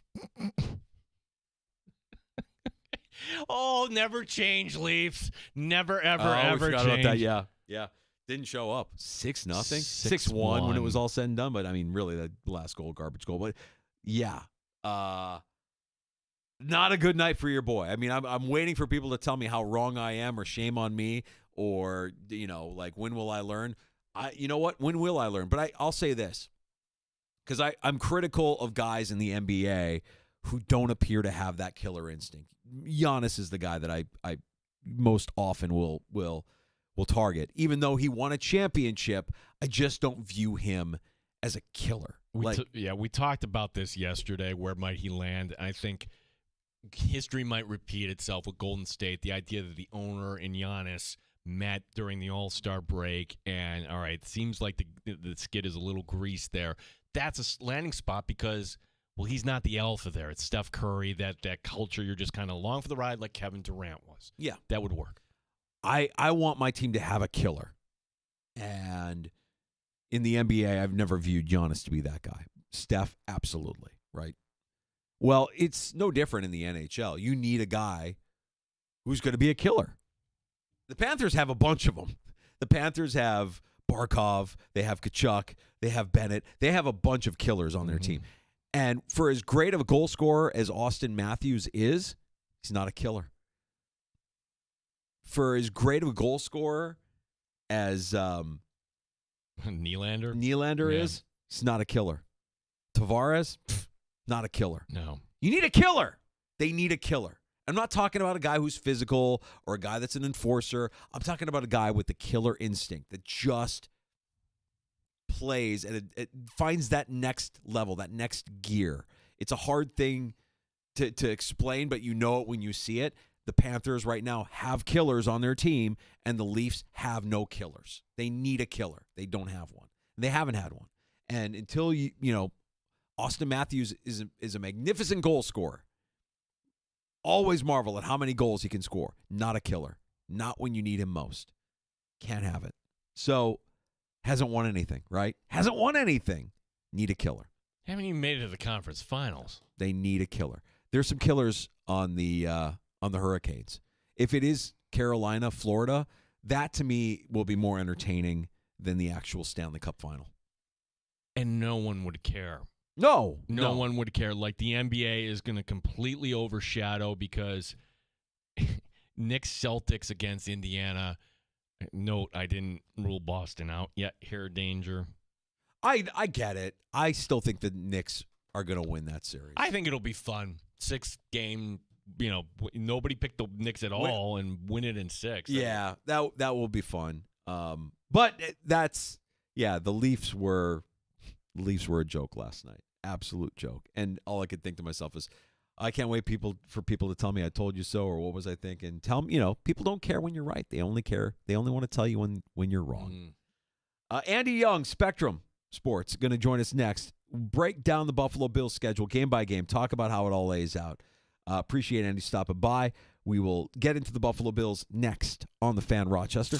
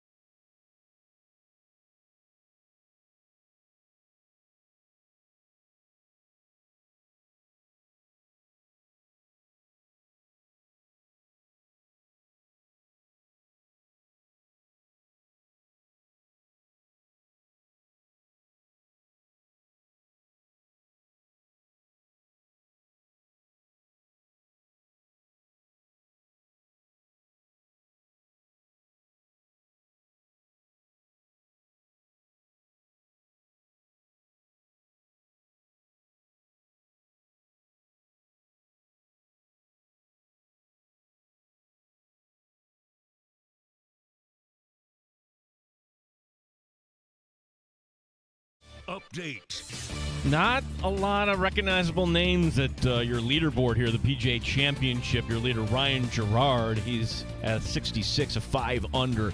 Luke Donald shooting a 67. Rory McIlroy 3 over today. Rochester Americans in a 1-0 hole in the best of 5 against Laval. Head coach Mike Leone on the adjustments. The margin for error is really small against a team like that. Even, you don't want to beat yourself and you got to manage games, so those things are really important at this time of the year. But yeah, you just got to do a better job of just managing the game. We'll have Game 2 tomorrow night here on the Fan Rochester. We'll be live from the Blue Cross Arena tomorrow from 3 to 7. Rochester Red Wings are 10-29 on the season. Durham once again the opponent tonight. Oklahoma City and Denver playing Game 6. Gene Battaglia, the sports leader, the Fan Rochester. Straight up with no chaser. You're in the Sports Bar with Danger and Battaglia on the Sports Leader, 95.7 FM and AM 950 The Fan, Rochester. Let's get into the Buffalo Bills schedule. Officially official. We've been talking about it for just over 24 hours now. We're going to continue our conversation with Andy Young of Spectrum, who joins us now in the Sports Bar, Andy. And I think all indications are this schedule lays out very favorably for the Buffalo Bills in 2025. Hey, Danger. Yeah, certainly does. I like the way this sets up for the Bills in terms of the way they open the season, a chance to get out to a fast start, the way that they're only outside the Eastern time zone once throughout the whole season. They've got the second fewest miles to travel of anybody in the NFL. And the way that this schedule is spread out, some of the big games aren't all in one cluster. Yeah, you've got a tough stretch in the middle of the season, but overall, you get to close with 2 straight at home. You start at home. You've got 3 of your first 4 at home. So I think you're 4 of your first 5 at home. So I think you're doing really well in that regard for the Bills to get off to a fast start and then ride the wave throughout the second half of the season. Yeah, I mean, to me, Andy, it just kind of raises the level of expectation that should be with this team. We all knew, all right, yeah, Bills were 1 win away from the Super Bowl last year, but I look at the schedule as to compared to some others, and we don't know how the season's going to go, certainly, but why not the 1 seed? I mean, if you get by Baltimore, even if you don't, Andy, I'm looking at this, it's realistic to think the Bills could be heading to that Kansas City game with just maybe 1 loss. Yeah, they could absolutely be 6-1, 7-0 if they happen to beat Baltimore going into that showdown with Kansas City on November 2nd. And that's the all-important question for this team. It's the one thing they haven't done outside of get to the Super Bowl is to get to that 1 seed to make that road to the Super Bowl a little bit easier. We've seen Kansas City get the 1 seed. We've seen Baltimore get the 1 seed. Just the fact that you don't have to play in that wild card round is huge as far as getting healthy and just avoiding the possibility of losing in that round. The Bills haven't really done that, but makes it that much more difficult down the stretch. So for me, it's absolutely about the 1 seed this season. That is huge with an MVP quarterback, with an easy schedule overall. I think it's one of the easier schedules in the NFL. Somehow, when you're still playing a first-place schedule, that's just how it fell. So for the Bills, I mean, the 1 seed has to be top of mind for them in the building. I know they take it game by game, and we'll see in January, but getting to the 1 seed is a huge step for this team if they are able to do so. All right, Eddie, I know you're like everybody else who when the schedule dropped, you played the win-loss game, and when you play the win-loss game, you end up with what you believe to be your preseason prediction, and a lot can happen between now and week 1, training camp and injuries and whatnot, but when you play the game, where do you have the Bills? What's your win-loss record if you play the win-loss game like most of us do?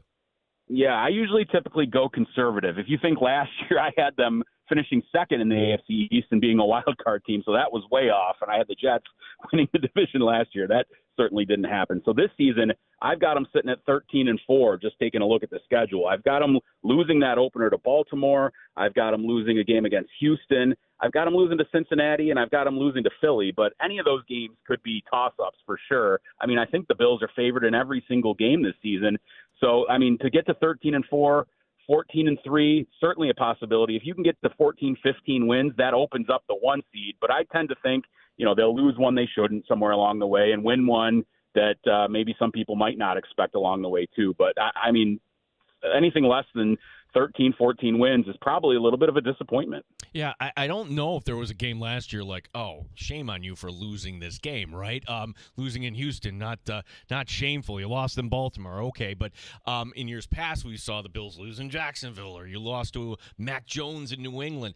Is there any game on this schedule could say, maybe call it a trap game, maybe you say, okay, an overlook or a dangerous opponent? I'm going to give you one just because I can't put my finger on this team just yet. Second-year quarterback, offense that has high hopes. What about that Atlanta Monday night game going on there in Week 6, Andy? Or is there another game that you think, okay, this is one where the Bills better be buttoned up? Danger, you're right on. As soon as you brought up that question, I was looking at the schedule. And my eyes immediately went to Atlanta, that Monday night game, October 13th. I think there's 2 Monday night games that night. They're a 7:15 start. And, yeah, that's the start of it's right before the bye. Atlanta, you don't know about their quarterback situation, whether that's Spencer Rattler or Tyler Shuck, the rookie,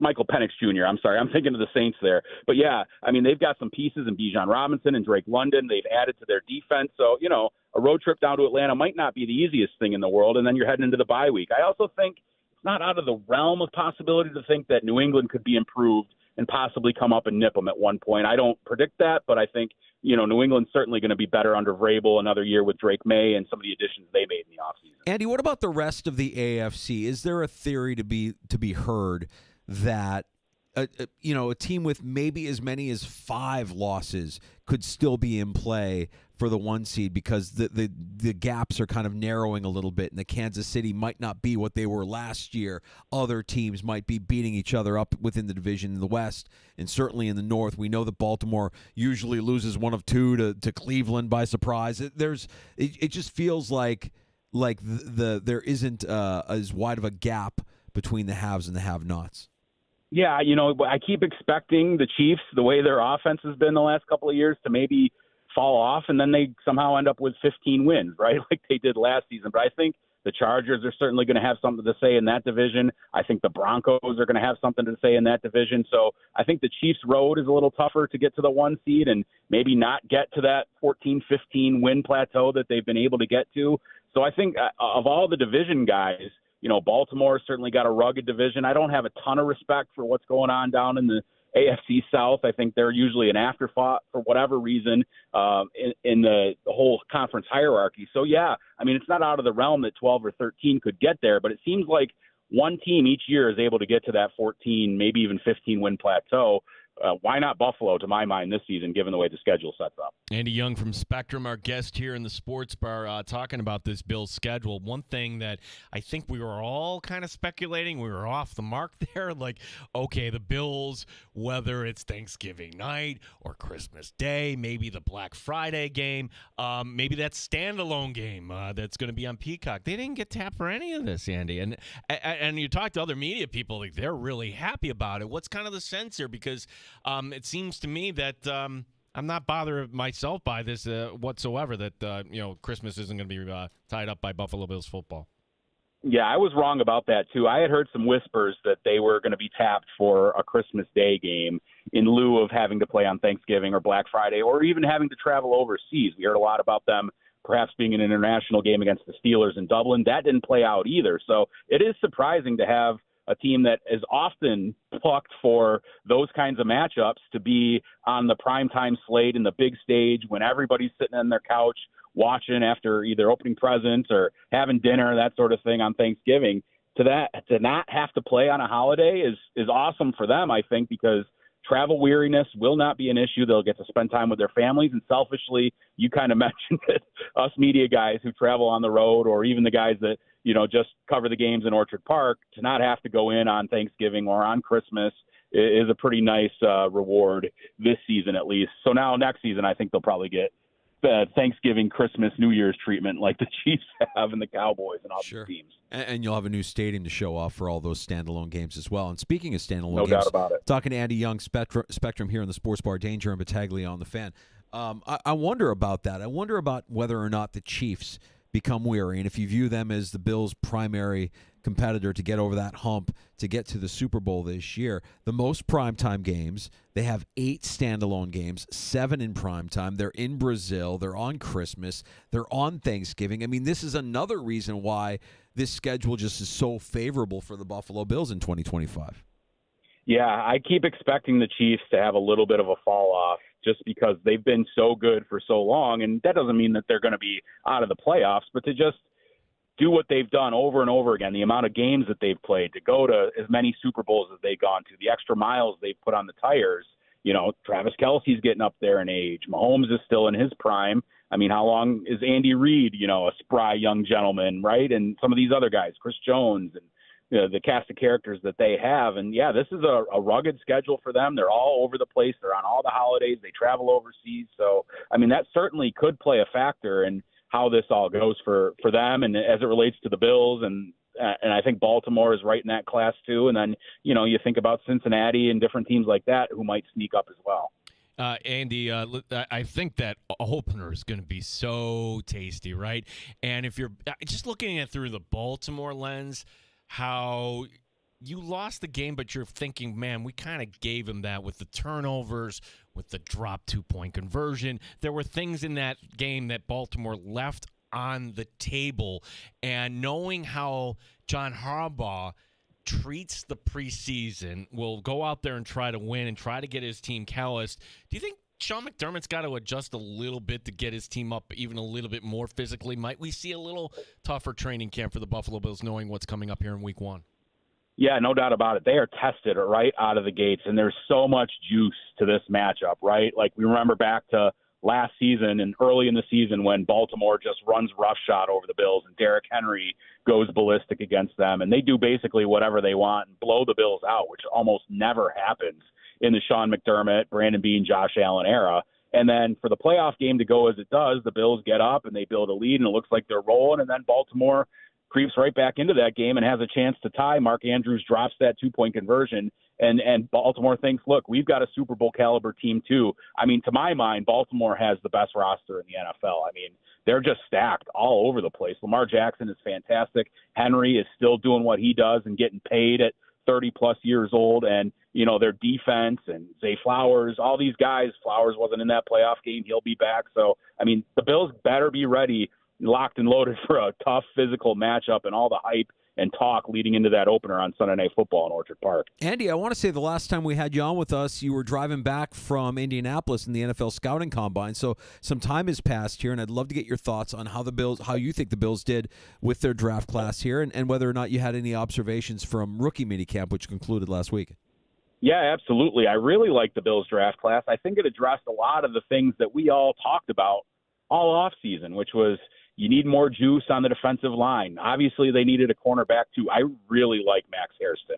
Watching him at rookie minicamp, you can just tell that guy, among elite athletes, is the elite of the elite athletes. I mean, the 4.28 40 time speaks for itself, but watching him, the way he moves in his drills during rookie minicamp, just the fluidity of the way that he's able to backpedal and then turn his hips and run with a guy and backpedal and then run forward and make a play on the football. I think he's a really fluid athlete. If he gets the Bills' offense or defense down and understands his role, I think he could be a really good player. I love the pick of Landon Jackson. When I heard him at the Combine talking, I said, oh, my gosh, this guy's a Buffalo Bill all day long.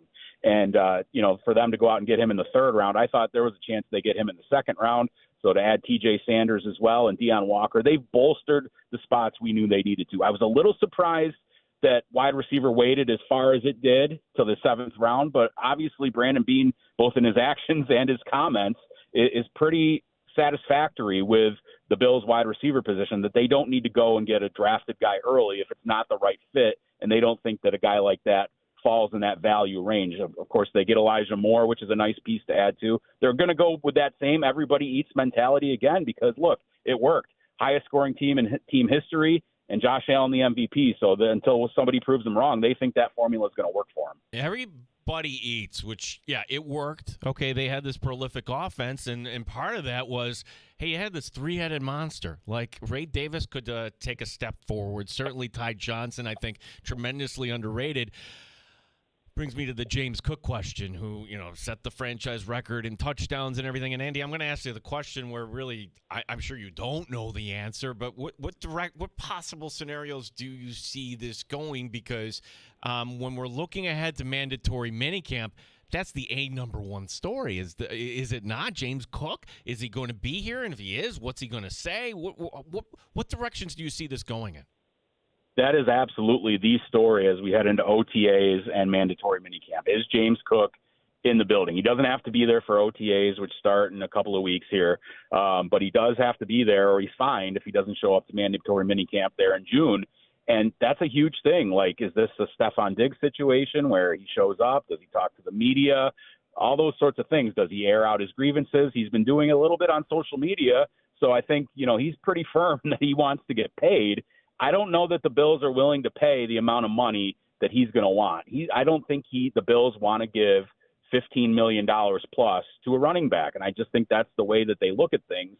I think James Cook, once the season starts and they get into camp, he'll be a good soldier. He'll go out to play. If they haven't given him a new deal, well, that's a heck of a piece of motivation to go out there and have a great year again, knowing that you're going into a possible contract year in the offseason. So I think it'll all work out that way. Is he a Buffalo Bill long term? I have no idea. Andy, it's great having you on with us. Love talking Buffalo Bills with you. Thank you for making some time and breaking down the schedule with us. Tell our audience a little bit about the work you're doing at Spectrum that we can check out. Yeah, absolutely. We're doing some rookie mini camp follows. I've got guys, different guys, profile pieces running each day. And, of course, we've got the Buffalo End Zone podcast with my good buddy Kevin Carroll, which we have once or twice a week, depending on what's going on. We just did a schedule breakdown. And actually, we're going to have a special guest next week on Monday. Bills linebacker Joe Andreessen going to join us. We'll enjoy having him. Buffalo Joe, a great story, and we're going to see how he's faring, thinking about going into year 2, trying to stick in the NFL. Yeah, that was a position, Andy, where I thought maybe like at some point they would bring in more competition. And gosh, if you're going to say is that and Brandon Beane certainly has to add some players before we get to Fisher here. But your thoughts on that position? Yeah, and you wonder, Matt Milano kind of restructures his deal and can head into free agency potentially this offseason. So, do they like Dorian Williams there and they're good to go there? Obviously, they've got a lot invested in Terrell Bernard. But beyond that, the depth is questionable behind Williams. And does Joe Andreessen take a step? Is Balin Spector still around? So, yeah, that's an interesting position. I thought maybe they might do more there to address depth and maybe long-term projects as well. Andy, thanks for the time, man. Have a great weekend, and we'll talk again soon. Yeah, anytime. Glad to do it, guys. You got Thanks, it. There's Andy. Andy Young, Spectrum, joining us in the Sports Bar, talks some Buffalo Bills, break down the NFL schedule there, the Bills schedule specifically. Yeah, that is certainly we've got to get him on more here. I'm just watching this right now. Who's the most injured player in baseball, would you say, over the years? Mike Trout. Okay, second most. Minnesota's Byron Buxton. Yeah, Buxton's always injured. You're right. Buxton and Carlos Correa. Now, this is and you say, why don't you call it? You're in a stadium. You can't hear sometimes. So Correa's going out to center field. Buxton's coming in. The two collide heads on a fly ball, both in concussion protocol right now. I don't like that. No. Yeah, I saw that collision. It first glance, it looked clumsy. It didn't look violent. Yeah. But if I didn't see the part where their heads collided. That's that'll do it. But you just can't imagine what Buxton's career would be if he could stay on the field. He's a great player. Can't stay healthy. Always misses time. Mike Trout. Same. Actually. Not a winner. Not a winner. Yeah, just not a winner. We'll take a break. He hasn't won anything. He's not a winner. He's not a killer. That's what I was talking about. You need a killer on your team. Jalen Brunson's a killer, Gino. You know that. People know Jalen Brunson. He's a killer. Jalen Brunson, I'm afraid he's going to run out of gas here. No, Poor guy. Can't run out of gas. He's a killer, Jane. We'll get to some more NFL news, some nuggets from around the National Football League as we're still dissecting the schedule release from last night. Happy hour is coming up. We'd love to hear from you. 866-4326 if you want to pull up a stool and join us in the sports bar. 585-866-4FAN.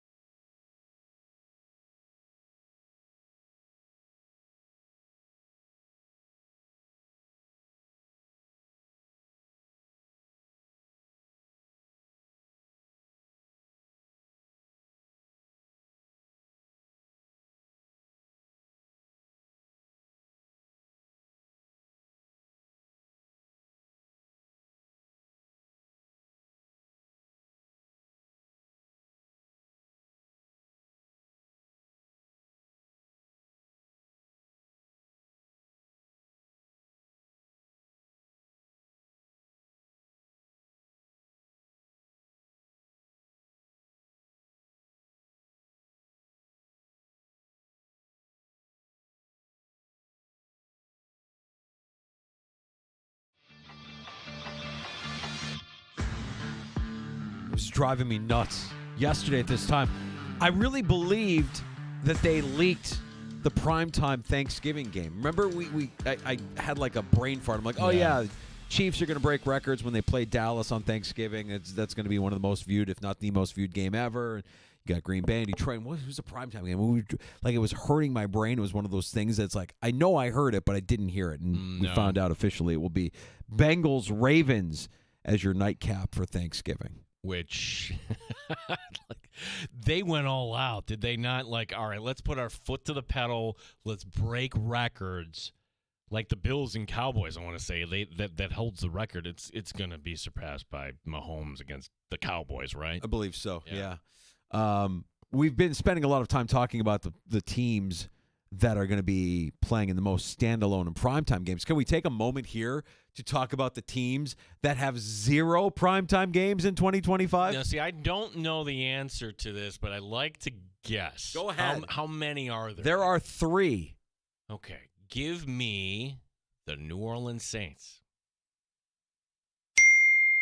Okay, as I'm going through this, somebody might be thinking Jacksonville. No. They gave Jacksonville a Monday night against Kansas City. So Jacksonville's What's funny about Jacksonville, how many years has he been, Trevor Lawrence? He's been in the league for 5 years, 6 years now?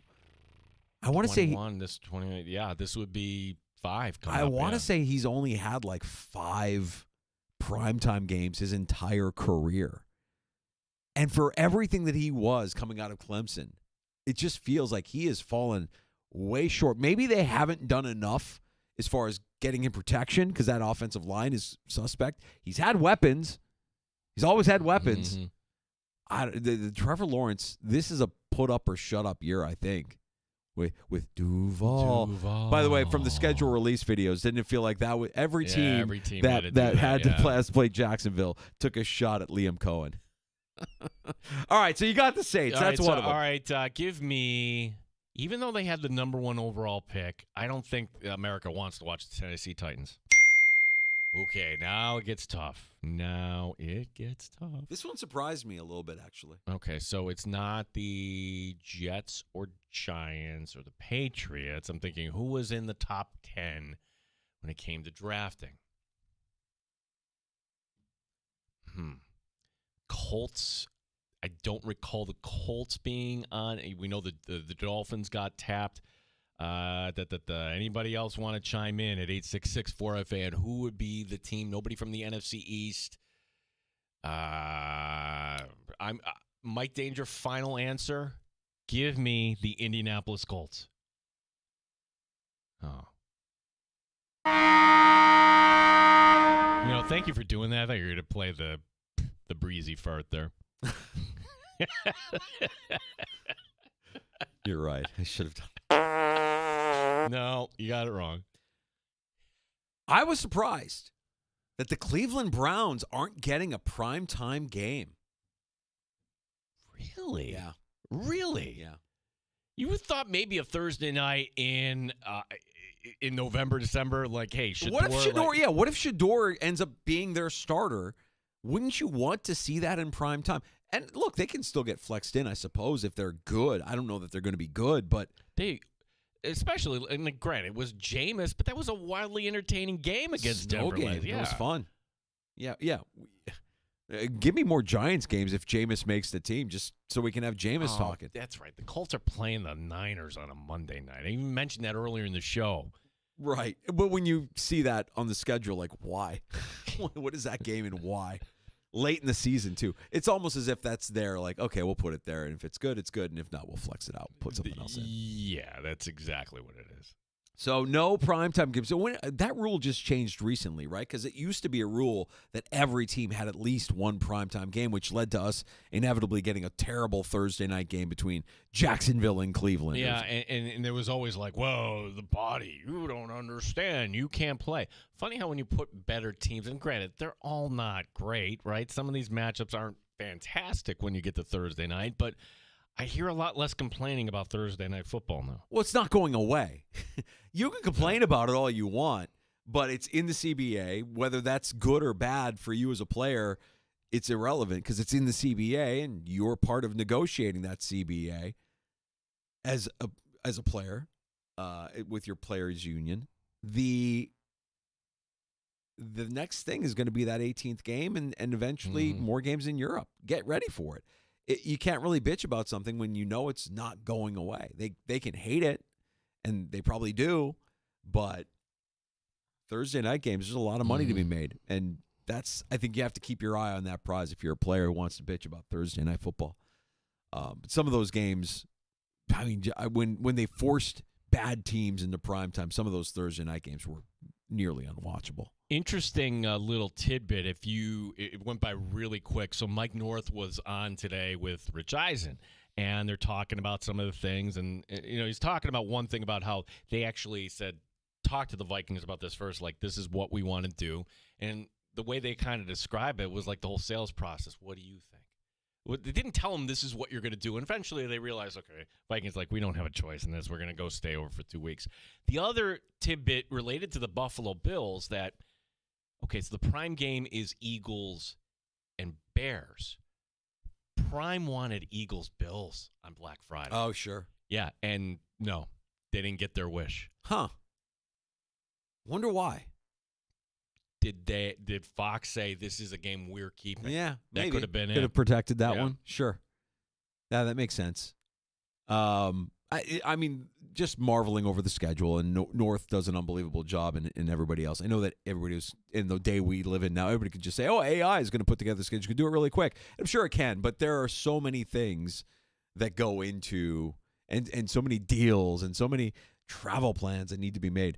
I had no less than a half dozen texts from my Bear fan buddies last night. Road trips, game, things are being planned. There's going to be, I think there's going to be more than a Bears game attended this year. Whether or not it's in Chicago or not remains to be seen. There's the schedule just always, for the people that are not excited about schedule release dates, because you're just really not invested in the team. You're not traveling with the team. And the people that bitch about it the most, I think, are the media people that just forgot how to have fun. Or it's the I'm cooler than you. I've got a lot going on. You're devoting time to this. Yeah. Why are you devoting time for this? It's in September. I don't know. I kind of like thinking about how things will lay out. And if you take fantasy football even half seriously, you got to look. You got to look. Yeah. You got to okay, what are the Bills?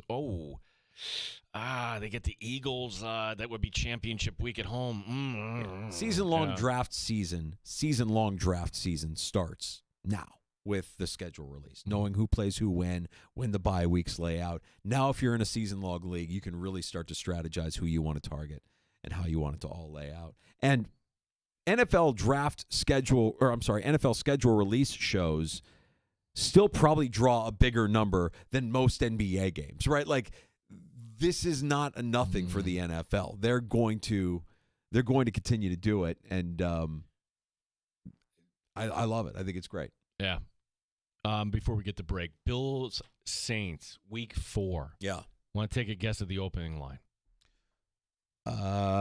Bills minus 13. Wow. Minus 12.5. Okay. Yeah. That feels like, oh gosh, you're gonna win that easily. Well, right? and let's see how the first few weeks of the season look. If the Saints look as bad as we think they might look, that 13.5 or that 12.5 will balloon. That'll be the one that we'll be saying, we don't want to overthink it. That if you're saving the Bills for your survivor pool, may we offer up the Saints? Well, and there's a lens we haven't looked through. That's we've got two guys on a 6-game suspension list. So I'm going to rattle off the opponents, and you tell me, that's a problem because they have guys that can run between the tackles. Baltimore. Duh. Yeah. Okay, that's a problem. At the Jets. Justin Fields, I'm just not sold. I'm sorry. I know he's athletic. He can make plays. I'm not sold. I don't think that's a problem. At Miami or home against Miami. No. New Orleans. No. Alvin Kamara is old. New England. No. Atlanta. Possibly. Yeah. Yeah, there's 2 games you're you're going to really need to be buttoned up in the run game. Bijan and Penix, that dual threat. And with the Jets, the dual threat of Fields and Breece Hall, maybe. But I'm not sold on Justin Fields. Haven't seen it firsthand for first few years of his career. Happy Hour is next on the Fan Rochester. We have time for your calls at 866-4326. The schedule has officially released. We will break it down from the Buffalo Bills standpoint. What about their strength of schedule? How does it all lay out when you look at the win-loss game that we all like to play when the schedule releases? The Amerks break down and lose a heartbreaker last night in a back-and-forth matchup against Laval in Game 1. We'll set you up for Game 2 as well. We got a doozy of an update on America's favorite couple coming up in shots, too. Oh. Pablo Torre, who's become like the reporter. Oh. Okay. I would have like, ooh. We got to hit our daily quota. Yeah. We got to hit our daily quota of this Belichick and Jordan Hudson. All right, we'll get into that as well. That's coming up in a round of shots. And your phone calls, as I mentioned, 866-4326 if you want to join us here on The Fan. You're listening to the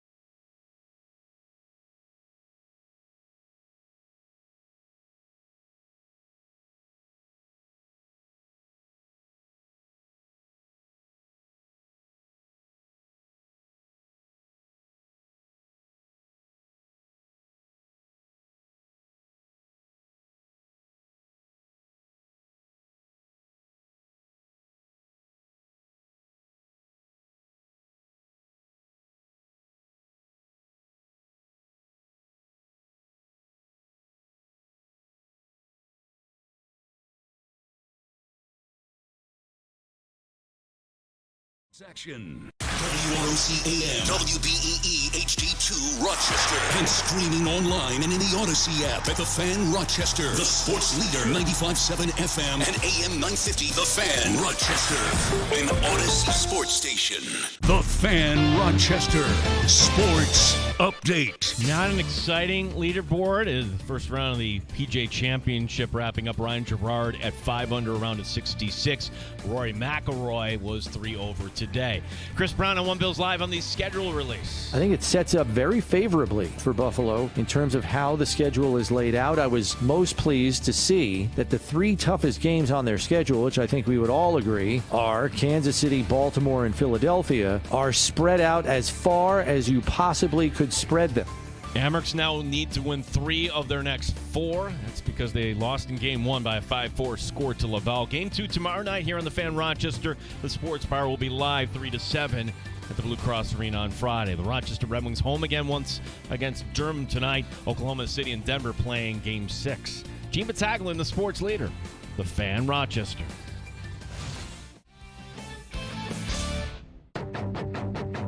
The Sports Bar with Danger and Battaglia. We have it. The 2025 Bills schedule is right here. We've got meaningful games on the way. Bills, Ravens. Touchdown, Ravens! Juicy. 5 primetime games, 4 425 games. I think Bills fans and the team should be pretty excited how this lays out. And I could see the Bills being a 10-7, 11-6 team. It's not impossible. The win-loss game is now in effect. Mike Danger. The ceiling is 2 losses and the 1 seed. If you're not going to do it this year with this schedule, then I don't know you're going to get another opportunity with Josh Allen in his prime the final year at Highmark Stadium. It just feels like it's setting up for the Buffalo Bills. Gene Battaglia. Bills fans, you're not excited. This is a schedule that says, do you want the 1 seed? It just flows so nicely for this team. Bills Mafia. How you living? Be good, do good. God bless, and go Bills. 95.7 FM and AM 950 The Fan, Rochester. Hey, welcome into Happy Hour and the Sports Bar. Danger and Battaglia, Rochester's only local sports talk show. Glad you're with us. Thanks for listening at 95.7 FM, 950 AM. The free to download Odyssey app where we sound our best. And you can also check out our stream on YouTube, our YouTube channel, and on Twitch at The Fan Rochester. Like and subscribe. Get us on your smart device when you ask it to play 95.7 The Fan. I'm Danger. That's Battaglia. We're both just carving up and chewing down this Bills 2025 schedule. Yeah, and certainly we could take your calls, your thoughts on this. We can talk about the Amerks. We're going to be out there tomorrow, we should mention. So if you're going for Game 2 tomorrow, there are still tickets available. Stop by if you're heading on in. It's a real easy place where the ticket office is. Just look up. We're right there, right above it, right by the elevator, just in the same spot we were last year. Upper Atrium. Looking for you there tomorrow night. Amerks hope to bounce back after a back-and-forth heartbreaker last night, falling to Laval in Game 1. I think the Amerks know that they can play with this team and know that the margin for error is really, really thin. I think you maybe get a little bit more out of your defense, out of Devin Levi, and you take Game 2 to even this series and send it north of the border. I'm looking at the blue line because, a lot of it was just deflections in front. But you know how you can tie the guys up, block more shots. It's going to be more of a team effort on defense where you look at that and you'd say, 5 goals on Levi. I'm like, not so sure on that. We'll talk to all our experts tomorrow. It's going to be a fun Friday afternoon. You know what, Danger? I don't want that to be the last Friday at the Blue Cross Arena. If you said, hey, in any other series, a split in games 1 and 2, okay, no big deal. Oh, my gosh. Like right now, if you don't get the split, it is a big deal right now. Right. It could be the last Friday night at Blue Cross Arena. Right. It really could if they can't get at least a split and take the series north of the border to Laval. So we'll be live 3 to 7 tomorrow in the Upper Atrium there at Blue Cross Arena, looking for you and enjoying some Amerks hockey, where we're going to be rooting them on, try and get that series evening win tomorrow night. We can share a cold one and maybe a win or two. Knicks fall to the Celtics last night. I think everybody we talked to kind of predicted that was going to happen. Is it Knicks in 6? Or are you willing to say that Boston can still win this series even without Jason Tatum? I'm still saying Knicks in 6. They get it done at the Garden. When is that? Is that tomorrow night already? That is tomorrow night. Oof. Oh, yeah. You and I are going to be looking at our phones. We're going to be tied up. Yeah. We're going to be tied up but paying attention. All right, very good.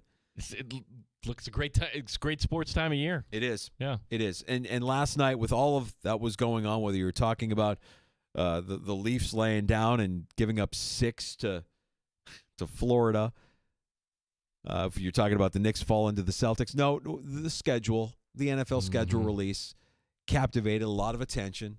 Every team with their schedule release video. Not without controversy this year, by the way. Indianapolis getting a little in trouble. They had to pull down their schedule release video. But for the Buffalo Bills specifically, Vegas has the over-under for the Bills win total this year at 11.5.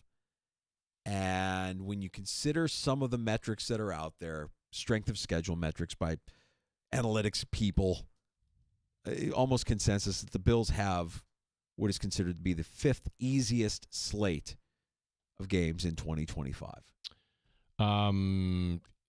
Consensus is the Bills are not an underdog in any of these games. Right. Yeah. Which I thought, okay, maybe they'd be a slight underdog for a Thursday night in Houston. Maybe that Monday night game in Atlanta. We were talking about that earlier. Ron writing, and please, it's Michael Penix. Look, I don't know if he's going to be any good. How do you not know? Like, that's an unknown. The league thinks Atlanta's worth it, and granted, that's a bigger market, but they put him on 5 times in prime time. Yeah, I'm more concerned about Bijan Robinson. If the Bills figured out how to stop the run, because week 1 you're getting Derrick Henry without any tread on the tires and no injuries or bumps or bruises of the season to deal with. And we remember how physical the Ravens looked week 1 last year against Kansas City. And then Bijan is the same, I just think that's a powerful runner. You're going to have to account for him and a quarterback that can actually pull it down and run if he needs to as well. But aside from that, early in the season, your divisional games against Miami and New England, divisional games are always a challenge, but come on. The talent disparity there between the Bills and the rest of the division, you should be able to get past the Jets, the Dolphins, and the Patriots there in that opening stretch. Yeah, you're really going to allow Steph Diggs, his first game back in Buffalo, to come in and win? Really? I don't think so, Danger.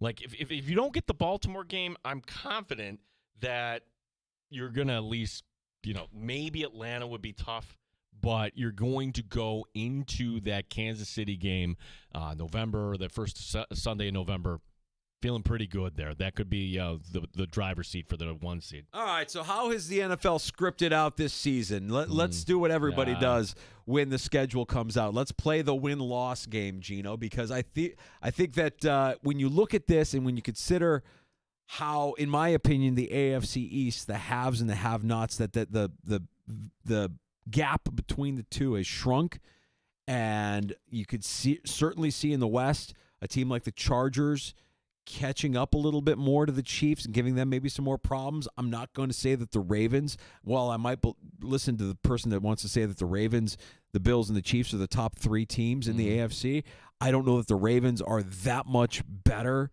than the Bills or the Chiefs where they could pull away, and I'm kind of curious to see what record actually gets the 1 seed done in the AFC this season. Do you want me to rip that through the schedule here and just you give me the win or loss? All right, I'll give it to you. Okay, Baltimore, Sunday Night Football. Feels like a loss.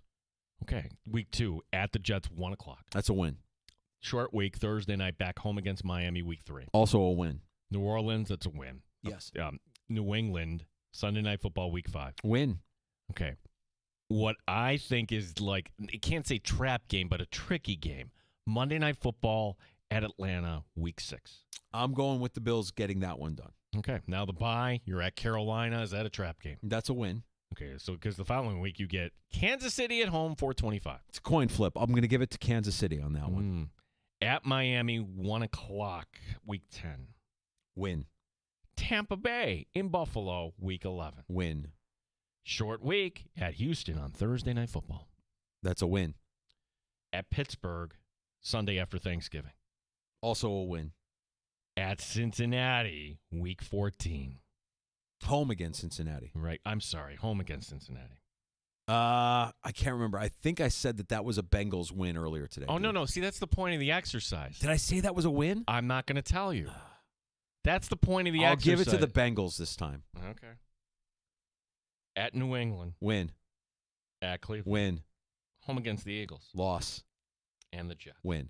Okay, so now you have the Bills as a 4-loss team. Where earlier today 3. you had 3. Yeah. So there we go. You're just doing Mike Danger picks the Bills.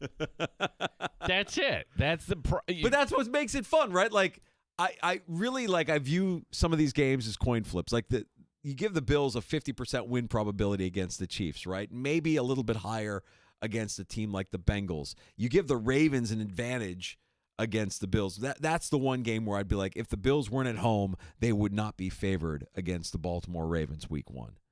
And if they weren't at home, they would not be favored against the Philadelphia Eagles late in the season.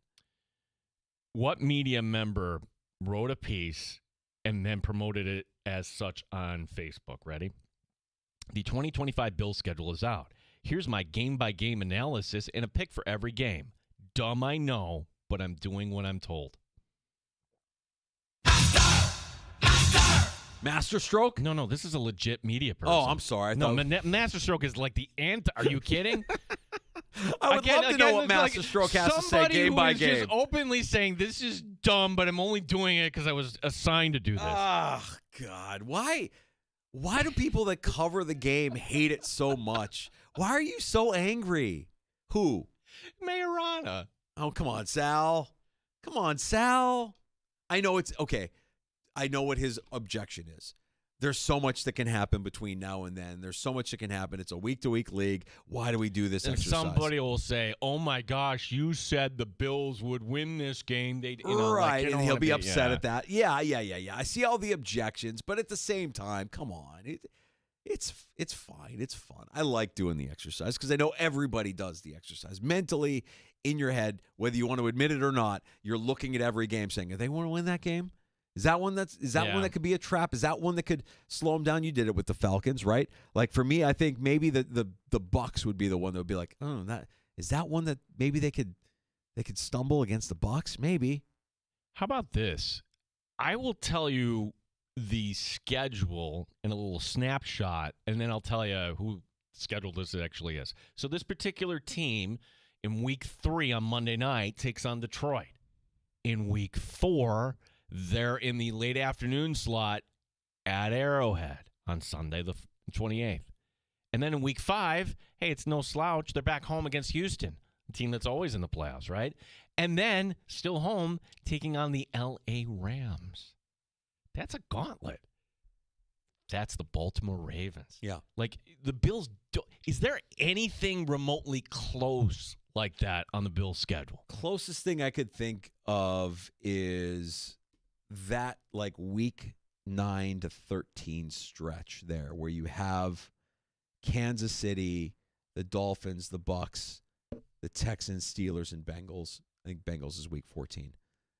If you can get 3 out of 4 out of 5 or 4 out of 6 there, I think you're still in play for the 1 seed.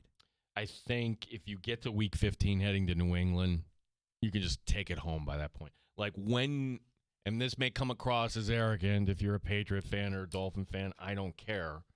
But at what point do the Buffalo Bills win the division? I'll say it right here. I think that maybe week 15 at New England, if it goes anything past that danger, something went wrong here.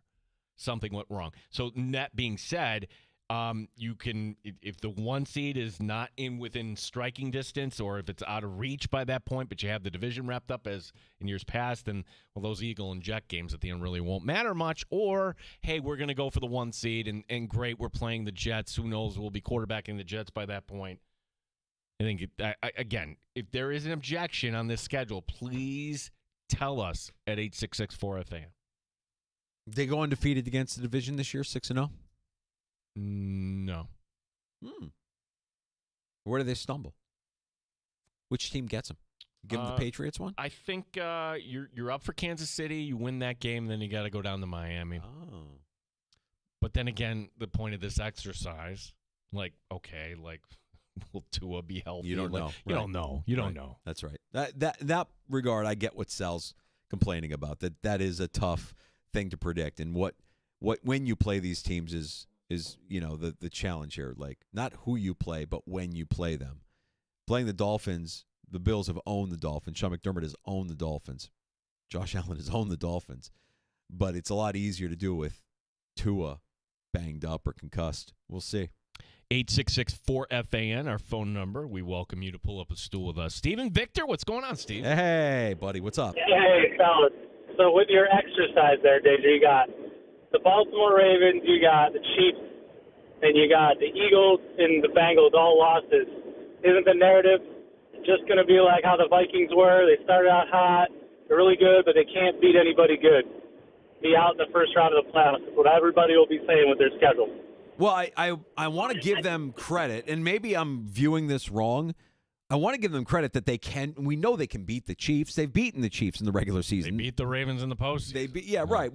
They can beat these teams, and maybe they do in the regular season again, Steve. But then there's a game like maybe at Houston where they trip up, and you don't expect them to lose that game, but they lose that game. I'm trying to, in my head, more than the exercise itself, I'm just trying to think, what will the record need to be for you to have the 1 seed? Is it a 15-win season? Is it a 14-win season?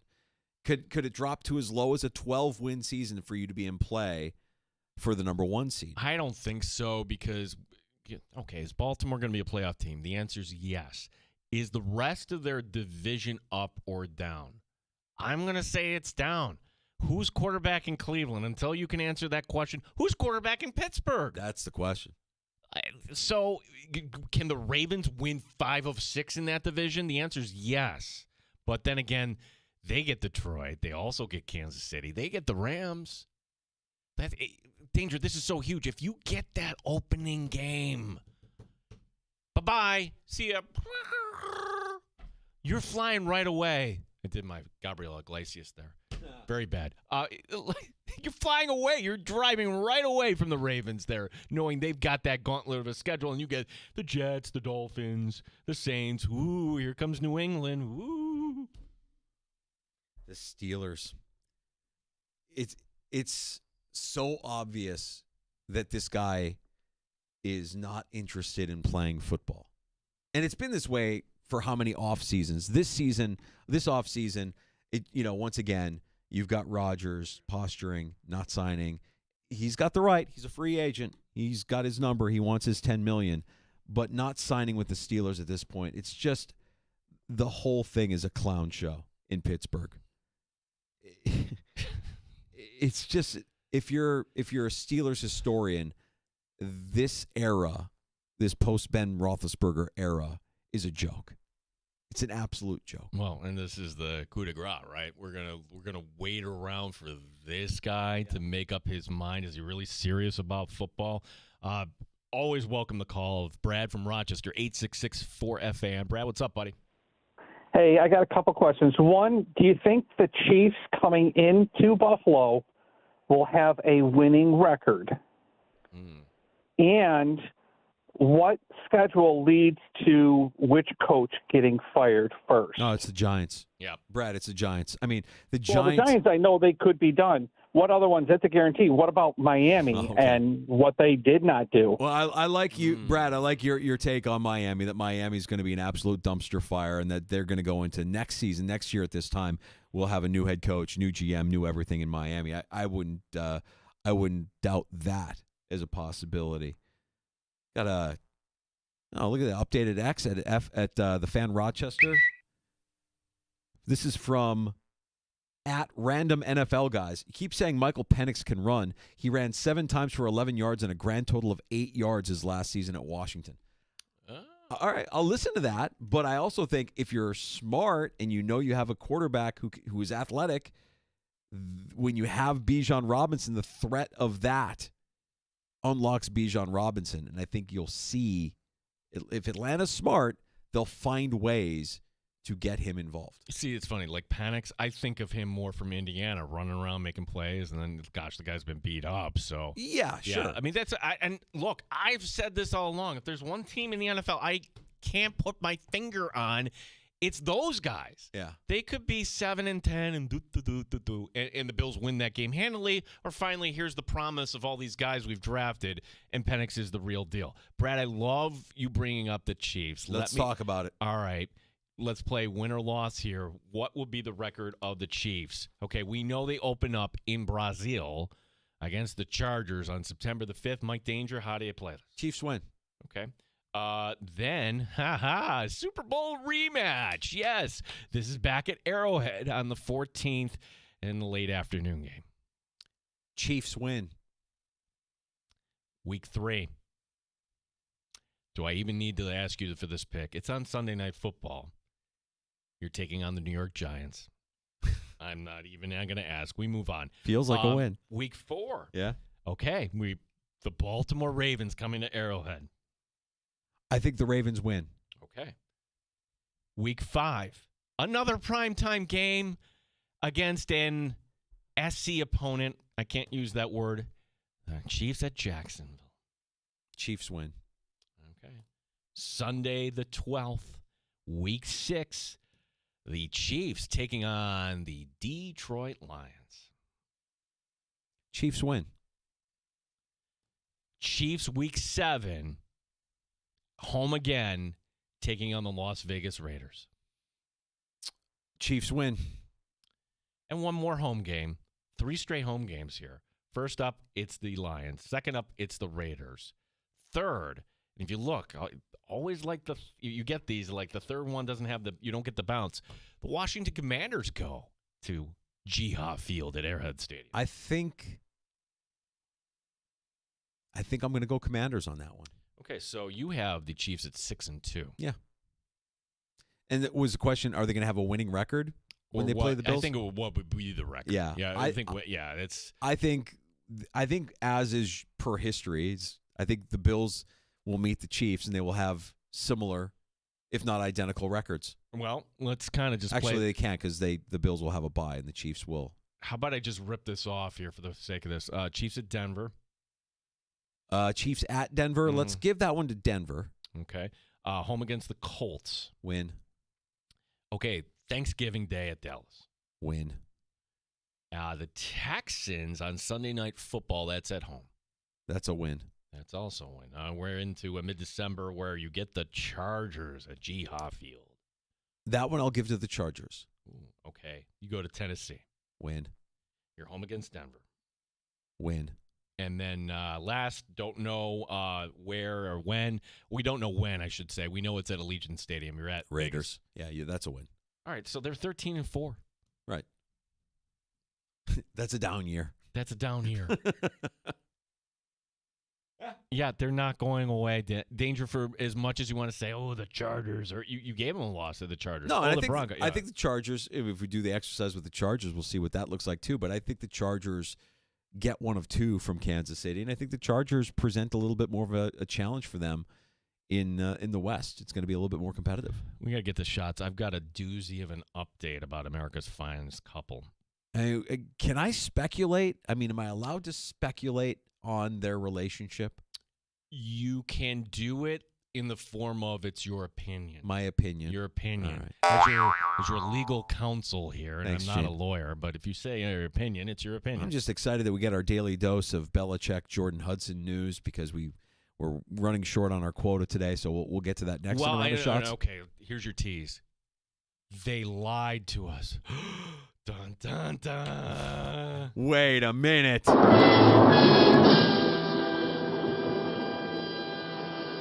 Bill Belichick, you. Come on. What did they lie about? I'll tell you. All right, we'll get to that. A round of shots on the way next on The Fan. You're listening to The Sports Bar with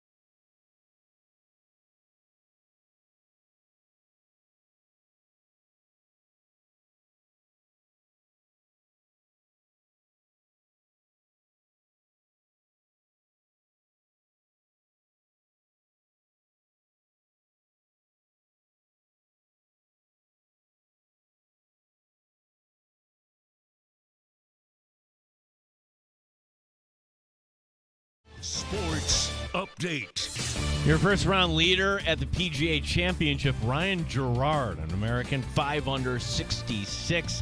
We'll have the complete leaderboard and some notable names coming up here in shots. The Amerks fall in a 1-0 hole in their best of 5, losing at home to Laval in Game 1, 5-4. Mike Leone knows it's going to be a tough one. The margin for error is really small against a team like that. Even, you don't want to beat yourself and you got to manage games, so those things are really important at this time of the year. But yeah, you just got to do a better job of just managing the game. We'll have Game 2 tomorrow night here on The Fan. Rochester, in fact, the Sports Bar will be live from the Blue Cross Arena from 3 until 7 on Friday. The Rochester Red Wings 10-29 on the season. Durham once again the opponent tonight. Oklahoma City and Denver play Game 6. Gene Battaglia, the sports leader. The Fan, Rochester. Bone-crunching hits, backboard-shattering dunks, bat flips, and hat tricks. 95.7 FM and AM 950 The Fan, Rochester. Yeah, I feel with some golf majors, just like a day like today, where you look up at the leaderboard and you're like, what? Who? Yeah, it's fine. Especially look at the bottom. I always like to see, all right, who's actually not going to make the weekend, but then who are these guys? Oh, yeah, this is the PGA Championship. This is the tournament that brought us, anybody remember his name from 2 years ago? Michael Block. Yeah. Michael Block, well, I don't think he's going to make the cut at this pace, but he's doing better than some others. He's still on the course right now, Danger 15. He's through. Block at 6 over in the opening round. Some other notables, as we mentioned, the leader right now at 5 under. Within striking distance, you've got Colin Morikawa and Scotty Scheffler both at 2 under. Rory McIlroy, not a good day, 3 over. Brooks Koepka checks in at 4 over. Jon Rahm. Oh, yeah. Jon Rahm. Well, Jon Rahm in Rochester fell apart because maybe he wanted to go get some hot. He wanted to get a white hot. Oh, yeah? Well, I'm going to go up to Buffalo, and I'm going to go get some hot wings and blue cheese. And then after that, I'm going to take my kids to the Bills game. So we poke fun at ourselves. If you're new to the show, when Jon Rahm showed up on the air, I was pronouncing his name Jon Rahm. Did Danger, correct me? No. Did anybody correct me? No. And then one day I realized, oh my gosh, I'm saying that with a terrible Rochester accent. Danger's like, yeah, you didn't realize that? Jon Rahm. Jon Rahm is at 1 under. He's in contention. Lefty. Feel like I should be doing the rest in the Rochester. Yes, you should. Cuz, go ahead. Phil Mickelson, what's he doing? I like Mickelson, lefty. Yeah, he's not doing good. He's at 8 over. Maybe he should get some hot wings and blue cheese and then go to a Bills game. Pack your bags, Phil. Bryson DeChambeau is on the course right now. Oh, I like DeChambeau. He's good, cuz. He's even through 11. It's one of two voices. It's either the guy with the really, really hard A pronunciation, or it's just a lovable kind of, yeah, cuz, what do you want to do? Let's go. Oh, yeah, you want to go get some frozen custard? I like Abbott's. I like Bill Gray's even better. No, we'll go get some frozen custard. It'll be great. Okay. Leafs captain Austin Matthews went for the standard cliche when a killer. Talking about his team's struggles. The mirror. I think everyone's got to look in the mirror, myself included. Yeah, right. Well, if you look at your tally here, it's not great. Matthews was just 3 goals in his last 21 games. Funny how the defense gets better this time of year. But Toronto has other issues, too. They got wiped out at home by the defending champion Florida Panthers 6-1. It was 6-0. Game 6 in Sunrise on Friday. After taking the first 2 in this series, Toronto now down 3-2. Yeah, I know I'm critical of a lot of players in the NBA who just come off as soft. Giannis has been my most recent target. I think KD is incredibly soft. I just don't think they're killers. KD is so good. He's such a good player, but I just don't know that he's a killer. And Austin Matthews is like that. Austin Matthews is like the KD of the NHL. He's so good. He could score goals like anybody, like crazy amounts of goals during the regular season. But when you need him, he's just not a killer. Meanwhile, you're going up against a team loaded with killers. Sam Bennett, killer. Barkov, killer. Kachuk, killer. Those guys are killers. That's what you need on your team if you want to win a championship. If you missed it from last night, Kasperi Kapanen scored in overtime for the Edmonton Oilers. Say goodbye to the Las Vegas Golden Knights. 1-0 was the final there. Edmonton now awaiting the winner of Dallas-Winnipeg, but that could be over tonight. A win for Dallas that will advance them to the final in the West. 9:30 on TNT. Before that, it's going to be Game 5 of Carolina and Washington. The Canes up 3-1. Okay. Just one game in the NBA tonight. Oklahoma City with a chance to advance to the Western Conference Final in the NBA. The Thunder up 3-2. They're at Denver. That's an 8:30 broadcast time on ESPN. The winner of this series to face Minnesota, the Wolves, eliminating Golden State. Game 6 of Celtics-Knicks, by the way, will be Friday night on MSG. All right, which is the more gross potential matchup in the NBA and NHL finals? Which one is more gross? If you're the NHL and your final ends up being, let's just say it's Carolina-Dallas versus in the NBA a final of Indiana-OKC. Ooh. Right? We romanticize the great matchups that we could see, right? We want the Knicks in the final. That would be so much fun. Edmonton in the final. Hey, look, they're north of the border, but the best player in the world is on the ice. You're watching that, right? If it ends up, okay, I would sign up right now for a rematch. Edmonton, Florida. It almost feels like that's the best option that we have Unless, if everything plays out the way it's playing out. Unless somehow Toronto flips a switch, but I'm sorry. Yeah. They're just not. How do you rebound from 6-0? I'm saying 6-0 because that's what it was. The last goal was garbage time. Should be 6-0. To answer your question, if you're just going on star power, SGA and Halliburton, that's better. That's better. Yeah, the NBA has a better product in that regard. Yep. Yeah, Rantanen in Dallas, like, oh yeah, he played for Carolina, and Carolina, he didn't want to play for them. Are people going to care about that storyline? I don't believe so. Good player. Great player. Yeah, Dallas is something right now. Dallas feels like the team. Yankees and Mets both off tonight, but get ready for this weekend. Subway Series with a little extra juice. Tomorrow night will mark the first time that outfielder Juan Soto returning to the Bronx since bolting for the Mets in free agency. Aaron Judge and pretty much everyone else taking the high road here, but I would think the fans may not. Aaron Judge? Yeah. Well, because Juan Soto isn't really anything since he doesn't have Judge behind him anymore. Yeah. Nobody wants to pitch to Judge. Subway Series. Let's go. Finally, why is there so much smoke surrounding Bill Belichick and Jordan Hudson? Oh, here we go. Gino, I've been waiting. One. I've been waiting all afternoon. This is the one. Like, why is this even an issue? If you're North Carolina, why are you putting out statements? Why? Well, after all, this is just a couple that met on a plane, and then they developed a friendship that blossomed into love, or whatever the heck you want to call it. That's the story. That's not the story, Danger. It's not? What? Pablo Torre has been digging into this story, okay? And mind you, I would think that if Pablo Torre, he's in this business, he doesn't want to get sued, right? He's not going to put out something that he doesn't have sources behind it. So this is not Daily Mail or TMZ or anything else like that. I'll give Pablo Torre credit. He's making a name for himself with this gossip and salacious, these tabloid rumors that he's digging up, unearthing, and reporting on. Yeah, so Pablo Torre is reporting that, wait a second, this couple didn't meet on a plane.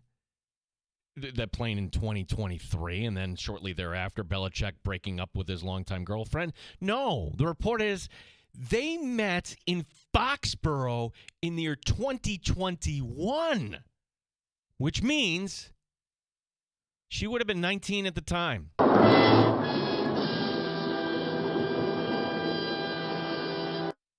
Which is why some people are concerned around Bill Belichick, because they know the real story here. Yeah. What might that be, Danger?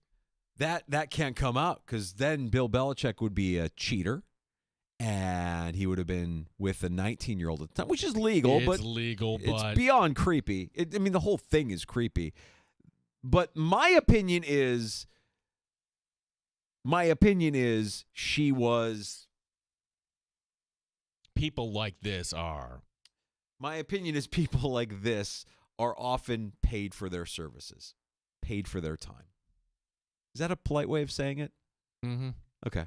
Mm-hmm. You know what I'm saying, right? Yeah. You get what I'm saying, and you get why they would lie and say we met on a plane, if that is indeed accurate, as Pablo Torre is reporting.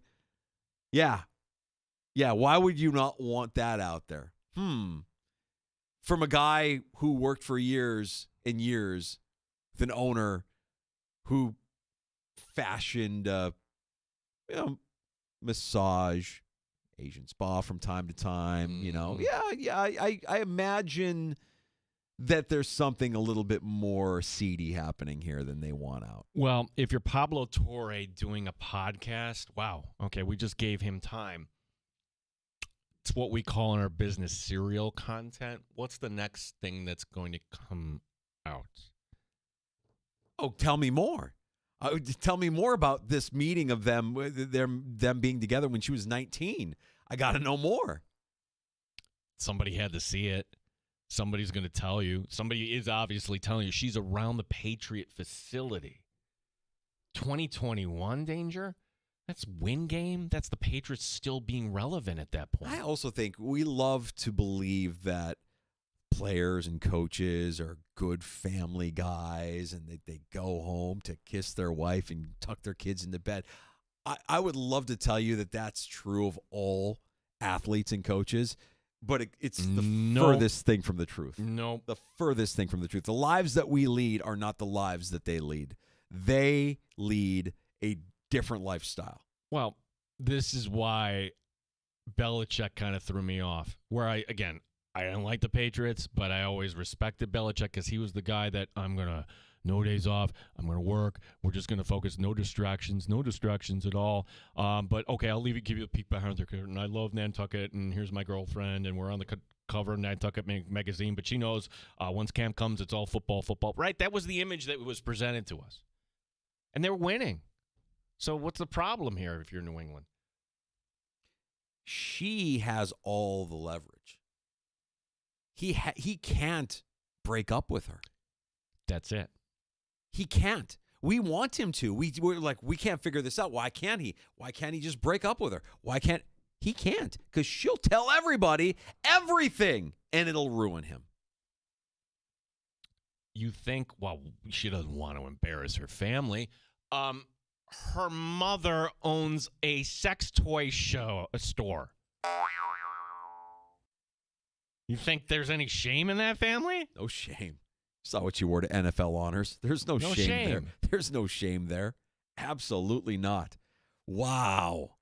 If that's accurate, if what Pablo Torre is reporting is accurate, it explains a lot. He can't break up with her. He can't kick her to the curb. He has to keep her around because she will talk. She will ruin him. Maybe not immediately. She'll do a tell-all book. She'll do a sit-down interview. She'll ruin him. How good is NFL security?